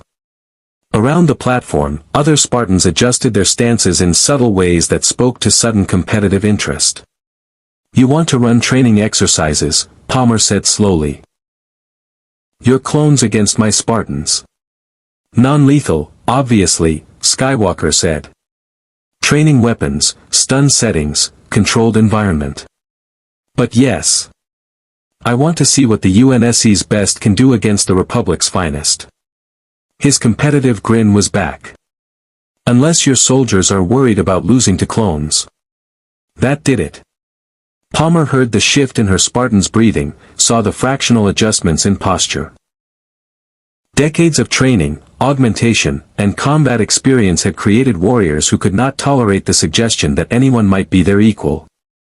Set it up, Palmer said, matching Skywalker's grin with her own. But when my people win, the Council gets our full cooperation on intelligence sharing and defensive coordination. We prove ourselves, they stop treating us like a threat. And when my clones win, Skywalker countered, you agree to train Republic Special Forces in your tactics and allow our engineers to study, not copy, just study, your weapons principles. Palmer considered. It was a gamble, but one worth taking. The Spartans were the most elite soldiers humanity had ever produced. If they couldn't prove their worth against clone troopers, they had bigger problems. Deal, she said, extending her hand. Skywalker clasped it, and Palmer felt the strength in that mechanical hand, the precise control that suggested extensive combat experience. You've got guts, Commander. I respect that. He turned to Captain Rex. Rex, assemble Alpha and Bravo squads. Full kit, training weapons only. We're running live exercises against, he paused, looking at Palmer. What do you call your elite soldiers? Spartans, Palmer said. Spartan I is, 3s, and IVs. Enhanced from childhood or early adulthood. Trained for asymmetric warfare against superior numbers. Success rate against conventional forces, 97%. Rex's expression, visible through his helmet's lifted visor, showed professional skepticism. With respect, ma'am, the 501st has never lost a combat exercise against any Republic unit. We've trained against Jedi, against ARC troopers, against every elite force in the galaxy. We're not conventional forces.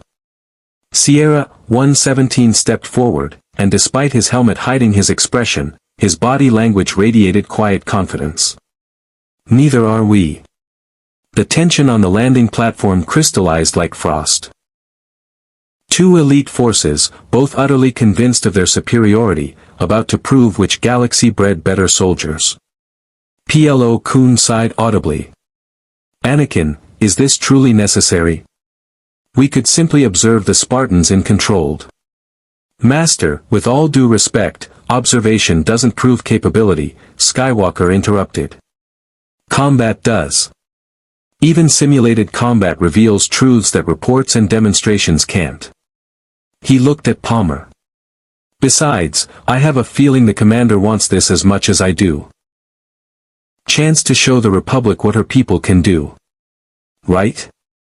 Palmer nodded slowly. Right. But we do this properly. Rules of engagement, victory conditions, neutral observers, medical teams on standby. I won't risk my soldiers' lives for a dick measuring contest. Skywalker laughed outright at that. Agreed. Gorga, your palace has training facilities. The Hutt, who'd been watching the exchange with calculating interest, rumbled his approval. Level 7. Full combat simulation chambers.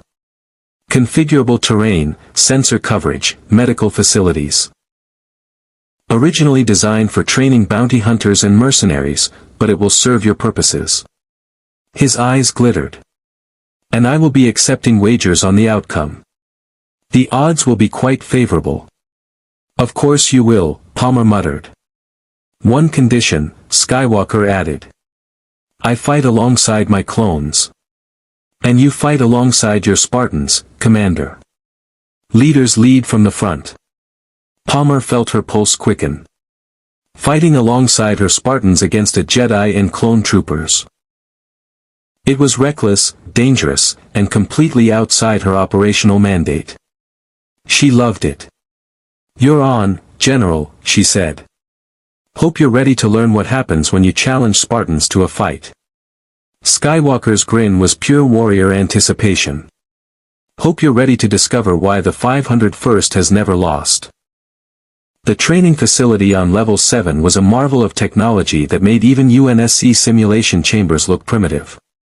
Holographic terrain generators created perfect replicas of urban environments, forest landscapes, or industrial complexes with such fidelity that Palmer's sensors initially couldn't distinguish them from reality.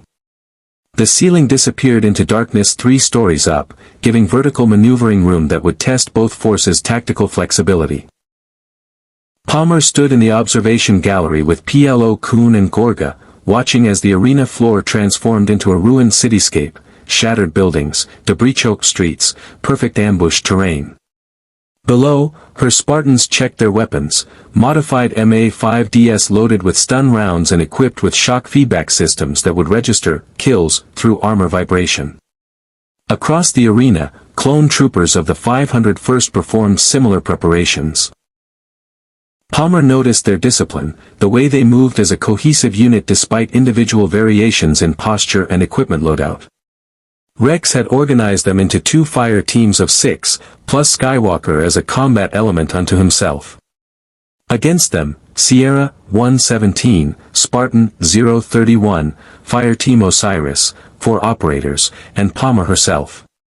10 enhanced soldiers against 13 conventionally trained clones and a Jedi. The odds should have favored the clones. Palmer knew they didn't.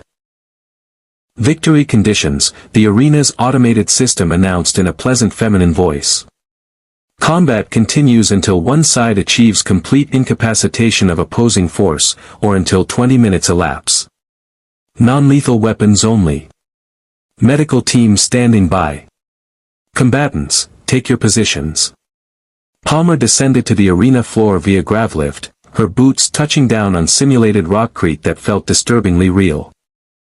Around her, Spartans moved into starting positions with practiced efficiency, Sierra, 117 taking point, Osiris spreading into flanking positions, Spartan, 031 finding high ground before the match even started. Skywalker stood 50 meters away, his lightsaber deactivated but ready at his belt. Even from this distance, Palmer's sensors detected those energy readings spiking in anticipation. The Jedi was eager, excited. This wasn't duty for him, it was sport. Commander Palmer, Skywalker's voice carried across the arena. May the best soldiers win. They will, Palmer replied. You're just not going to like which ones. Begin. The Spartans moved instantly, disappearing into the urban terrain with speed that made the holographic debris seem to blur. Palmer felt the familiar rush of combat awareness as her armor systems integrated with her enhanced reflexes. Motion tracker painting friendly positions, threat assessment running probability matrices, tactical network linking every Spartan into a unified combat organism. Sierra, take your team left. Osiris, right flank. 31, overwatch from that tower at grid 77. I'm going straight up the middle to draw their attention. Palmer's commands were instantaneous, transmitted via encrypted neural lace at the speed of thought. The clone troopers advanced in textbook formation. 2x2 covering maneuvers, overlapping fields of fire, disciplined fire control. They were good. Better than good. They moved like soldiers who'd fought together for years despite being only 3 years old chronologically. But they moved predictably. Spartan 031 stun rifle cracked from his elevated position, the round catching a clone trooper square in the chest plate. The feedback system registered a kill, the trooper's armor locked up, forcing him out of the fight. Sniper. Building 7, 3rd floor. Rex's voice barked over clone comms. Suppressive fire, get him pinned. Blaster bolts, set to stun intensity, lit up the building where Spartan 031 had been. Past tense. He'd already displaced, moving to a secondary position 3 buildings over before the return fire arrived. They're fast, one clone muttered over an open channel. So are we, Rex countered. Echo pattern, advance by fire and movement. Keep them guessing. Palmer watched from behind cover as the clone squad split and maneuvered with professional competence. They were adapting quickly, trying to flank the Spartans' positions, using suppressive fire to limit mobility options. It wouldn't work. Osiris, execute, Palmer subvocalized. Fireteam Osiris erupted from concealment on the clone troopers' right flank, not where they'd started, but 2 buildings over, having used the Spartans' enhanced mobility to relocate during the initial engagement. Their stun rifles barked in controlled bursts, catching 3 clone troopers before they could react. Rex dove for cover, his situational awareness keeping him alive. They're repositioning faster than we can track. Adjust formation, watch your flanks. Then Skywalker entered the fight. The Jedi moved like nothing Palmer had ever encountered. One moment he was standing with his clone troopers. The next he was airborne, force-enhanced leap carrying him 3 stories vertically to land on a building's roof. His lightsaber ignited. Set to training mode, a bright blue blade that hummed with contained energy rather than deadly plasma. He spotted Fireteam Osiris and jumped again, covering impossible distances with enhanced agility. Palmer's tactical computer calculated his trajectory, predicted his landing point, and transmitted targeting data to Osiris. They fired as one, 4 stun rounds converging on Skywalker's projected position. The Jedi twisted mid-air, his lightsaber becoming a blue blur that deflected 3 rounds. The 4th grazed his shoulder, but his momentum carried him into Osiris' position. He landed among them like a force of nature, his lightsaber striking with precision that would have been lethal in real combat. 2 Osiris operators went down, their armor registering kills from lightsaber contact. The remaining 2 engaged in close quarters, and Palmer watched in fascination as Spartan hand-to-hand training met Jedi combat prowess. Enhanced strength against force-augmented speed. Precise strikes against precognitive dodges. It was like watching a perfectly choreographed dance where both partners were trying to kill each other. Skywalker won, barely. His lightsaber found gaps in Spartan armor that should have been impossible to exploit. But he was breathing hard when the last Osiris operator went down, and Palmer's sensors showed elevated heart rate and adrenaline spikes. The Jedi wasn't invincible. Just incredibly dangerous. Sierra, he's isolated, Palmer transmitted. Converge and overwhelm. Sierra 117 emerged from concealment with the remaining Spartan 031, their movements perfectly synchronized. They hit Skywalker from 2 angles simultaneously, forcing him to defend against opponents whose enhanced reflexes let them track his movements despite his force-enhanced speed. Palmer watched the duel with tactical fascination. Skywalker was better, his lightsaber technique, his precognition, his raw power gave him advantages no amount of training could match. But the Spartans were relentless, coordinated, and utterly fearless. They pressed him, gave him no room to breathe, forced him to fight defensively. And while Skywalker was occupied, Palmer moved. She'd been circling the engagement zone, using the urban terrain to mask her approach. Now she had a clear shot at the clone troopers' command element, Rex and his remaining 6 soldiers, who were trying to flank Sierra 117's position. Palmer's stun rifle spoke 4 times in rapid succession.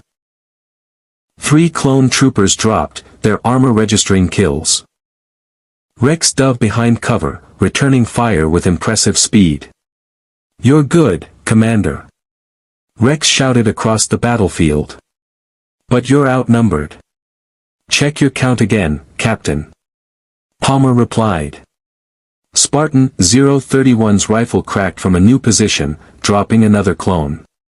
That left Rex and 2 troopers against Palmer, Sierra 117, and Spartan 031, assuming Skywalker didn't disengage from his duel. But the Jedi was committed now, locked in combat with Sierra 117 in a battle that showcased 2 different philosophies of warfare. The Master Chief fought with mechanical precision, using his armor's strength to deliver strikes that would have shattered bones, his enhanced reflexes letting him react to Skywalker's attacks microseconds before they landed. Skywalker fought with fluid grace, his lightsaber moving in patterns that seemed almost artistic, his force precognition letting him see attacks before they developed. He was faster, more skilled, probably more dangerous. But Sierra 117 had fought gods and won. "You're better than I expected," Skywalker said between exchanges, his breath coming faster. "Most opponents can't last 30 seconds against me." "Most opponents aren't Spartans," Sierra 117 replied, his voice utterly calm despite the intensity of combat. Palmer left them to it, focusing on Rex's position. The clone captain was a professional. He'd recognized the tactical situation had turned against him and was executing a fighting withdrawal, using his remaining 2 troopers to provide covering fire while he relocated. 31, cut off his retreat. "I'll push him toward you." "Copy." Palmer advanced with controlled aggression, her stun rifle forcing Rex to abandon positions faster than he wanted. The clone captain was good, he made her work for every meter, used terrain expertly, coordinated his troopers' fire to maximum effect. But he was fighting an opponent who'd been trained since childhood to excel at exactly this kind of combat. Spartan 031's rifle barked from an unexpected angle, catching both clone troopers in a crossfire they couldn't escape. They went down fighting, their discipline holding even in defeat. That left Rex alone against 2 Spartans. The clone captain lowered his weapon, his body language shifting from combat ready to respectful acknowledgement. "Well played, Commander. Looks like your reputation is earned." "Your troops fought well, Captain," Palmer said honestly. "Better discipline than most conventional forces I've encountered." A massive energy surge drew Palmer's attention back to the central duel.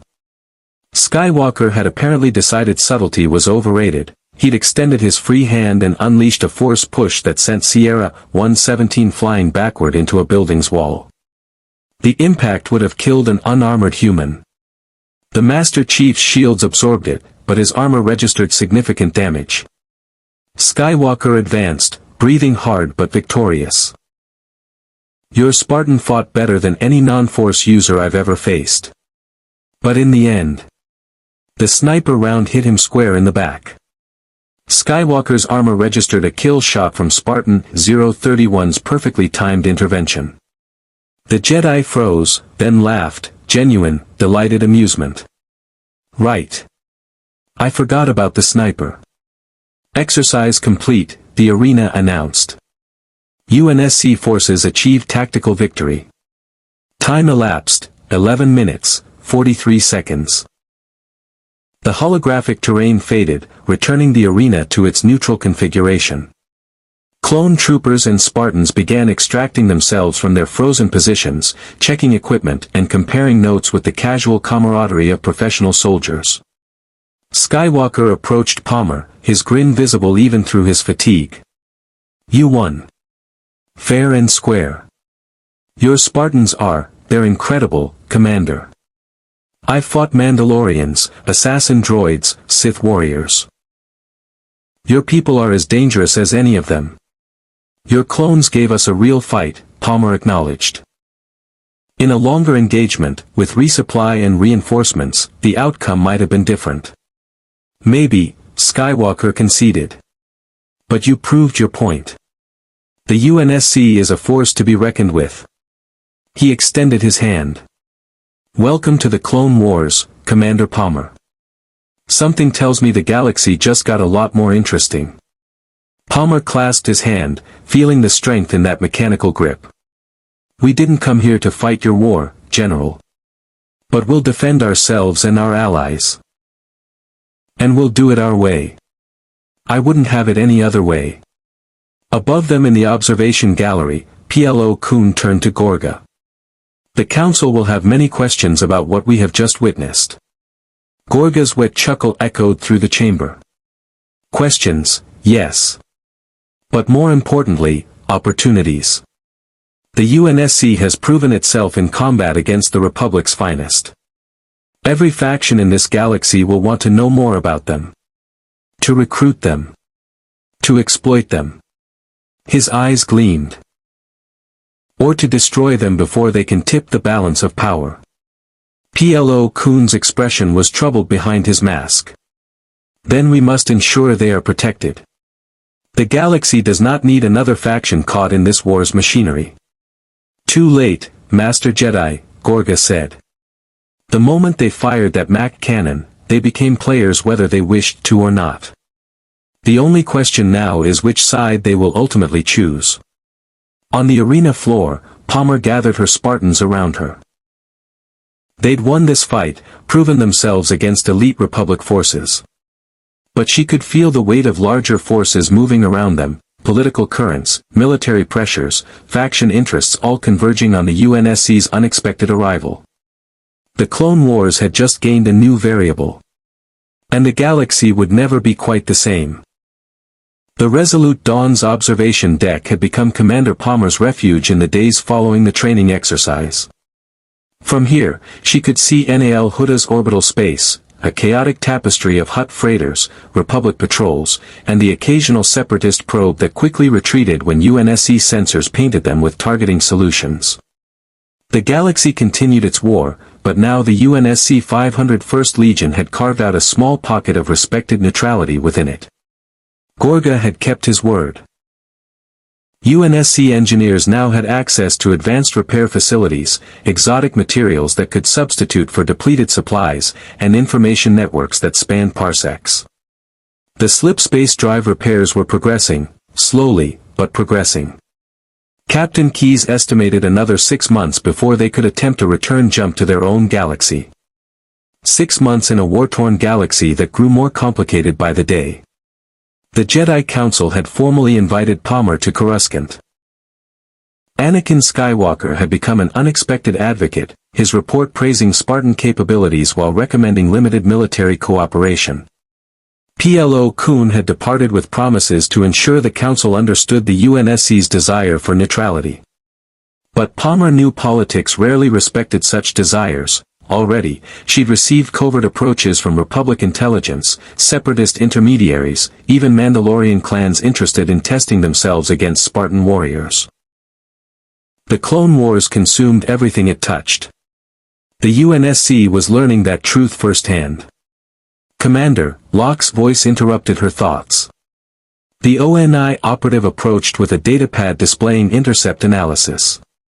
We've confirmed 17 additional factions now aware of our presence.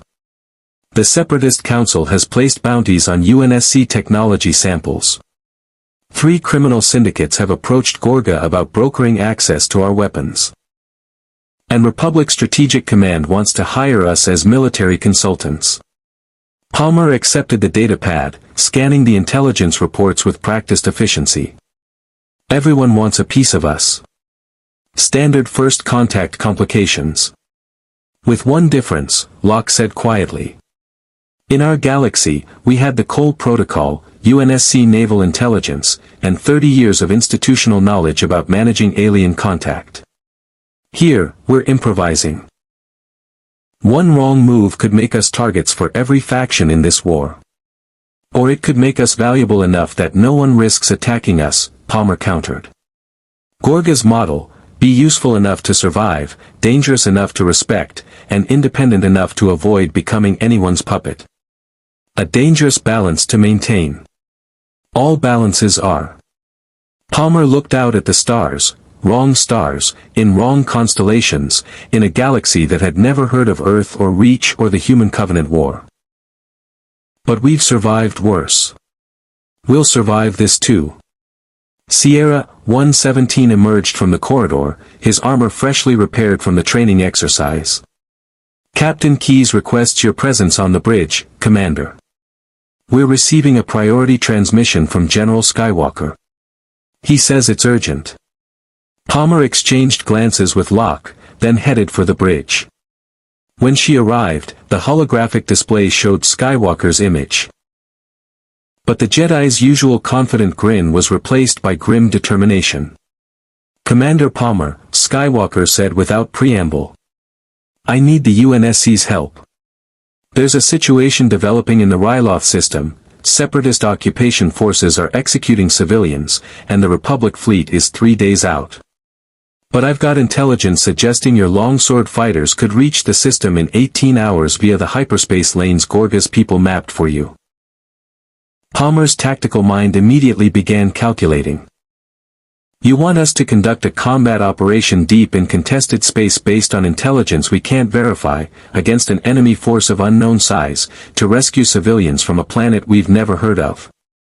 Yes, Skywalker said simply. I know it's asking a lot. But those are innocent people, Commander. And you have the capability to save them when no one else can reach them in time. It was a test, Palmer realized. Not of Spartan combat capability, that had been proven. This was a test of character. Of whether the UNSC would use its power for justice or only for self-interest. She thought of Harvest, the first colony the Covenant had glassed. She remembered the desperate evacuations, the civilians who died because help arrived too late. The UNSC had been founded to protect humanity, all of humanity, wherever it existed. Even in another galaxy. I'll need full tactical intelligence, guaranteed Republic support for extraction, and Gorga's assurance that helping Republic civilians won't violate our neutrality agreement with Hutt Space, Palmer said carefully. Skywalker's grin returned. You'll have all of it. Thank you, Commander. You're saving lives today. We'll see, Palmer said. Palmer out. As the transmission ended, Captain Keyes turned to her with a questioning expression. Commander, are we really about to insert Spartans into an active war zone for a cause that isn't ours? Palmer looked at her assembled senior staff, Keyes, Locke, Sierra 117, the officers who'd followed her across dimensional barriers into this strange new galaxy. They'd fought together, survived together, and now faced the oldest question soldiers ever confronted: when do you fight, and for whom? The UNSC stands for the United Nations Space Command, Palmer said quietly. We were created to defend humanity against extinction. To protect the innocent. To stand between civilization and chaos. She straightened, her voice carrying absolute conviction. We didn't stop being those soldiers just because we ended up in the wrong galaxy. Sierra 117's helmet tilted in what might have been approval. When do we deploy? As soon as the longswords are refueled and rearmed. Sierra, I want your team prepped for orbital insertion. Locke, coordinate with Skywalker's intelligence network. Keyes, keep the Mac cannon hot. If this goes sideways, I want overwhelming firepower available. Palmer allowed herself a tight smile. The UNSC is about to announce to this galaxy that Spartans don't just defend themselves. We defend those who can't defend themselves. Even if it makes us targets. Locke asked. Especially then, Palmer replied. Because that's when it matters most. The bridge crew moved into action with practiced efficiency, the machinery of war grinding forward as it had for 30 years. But this time, the war wasn't for survival against genocidal aliens. This time, it was a choice. A conscious decision to stand for something larger than tactical advantage or strategic positioning. As the resolute Dawn prepared for combat operations, Palmer returned to the observation deck for one final moment of reflection. Out there, in that vast and war-torn galaxy, people were suffering. Dying. Hoping desperately that someone, anyone, would come to save them. And the UNSC 501st Legion, displaced warriors from another reality, would answer that call. Because Spartans never quit. Spartans never surrender. And most importantly, Spartans never leave anyone behind, even in a galaxy far, far away. The war that had consumed this galaxy for 3 years was about to learn what happened when you caught the attention of soldiers who'd been forged in humanity's darkest hour. The Clone Wars had gained more than new technology or tactical capabilities. It had gained hope. And hope, Palmer knew from bitter experience, was the most dangerous weapon of all.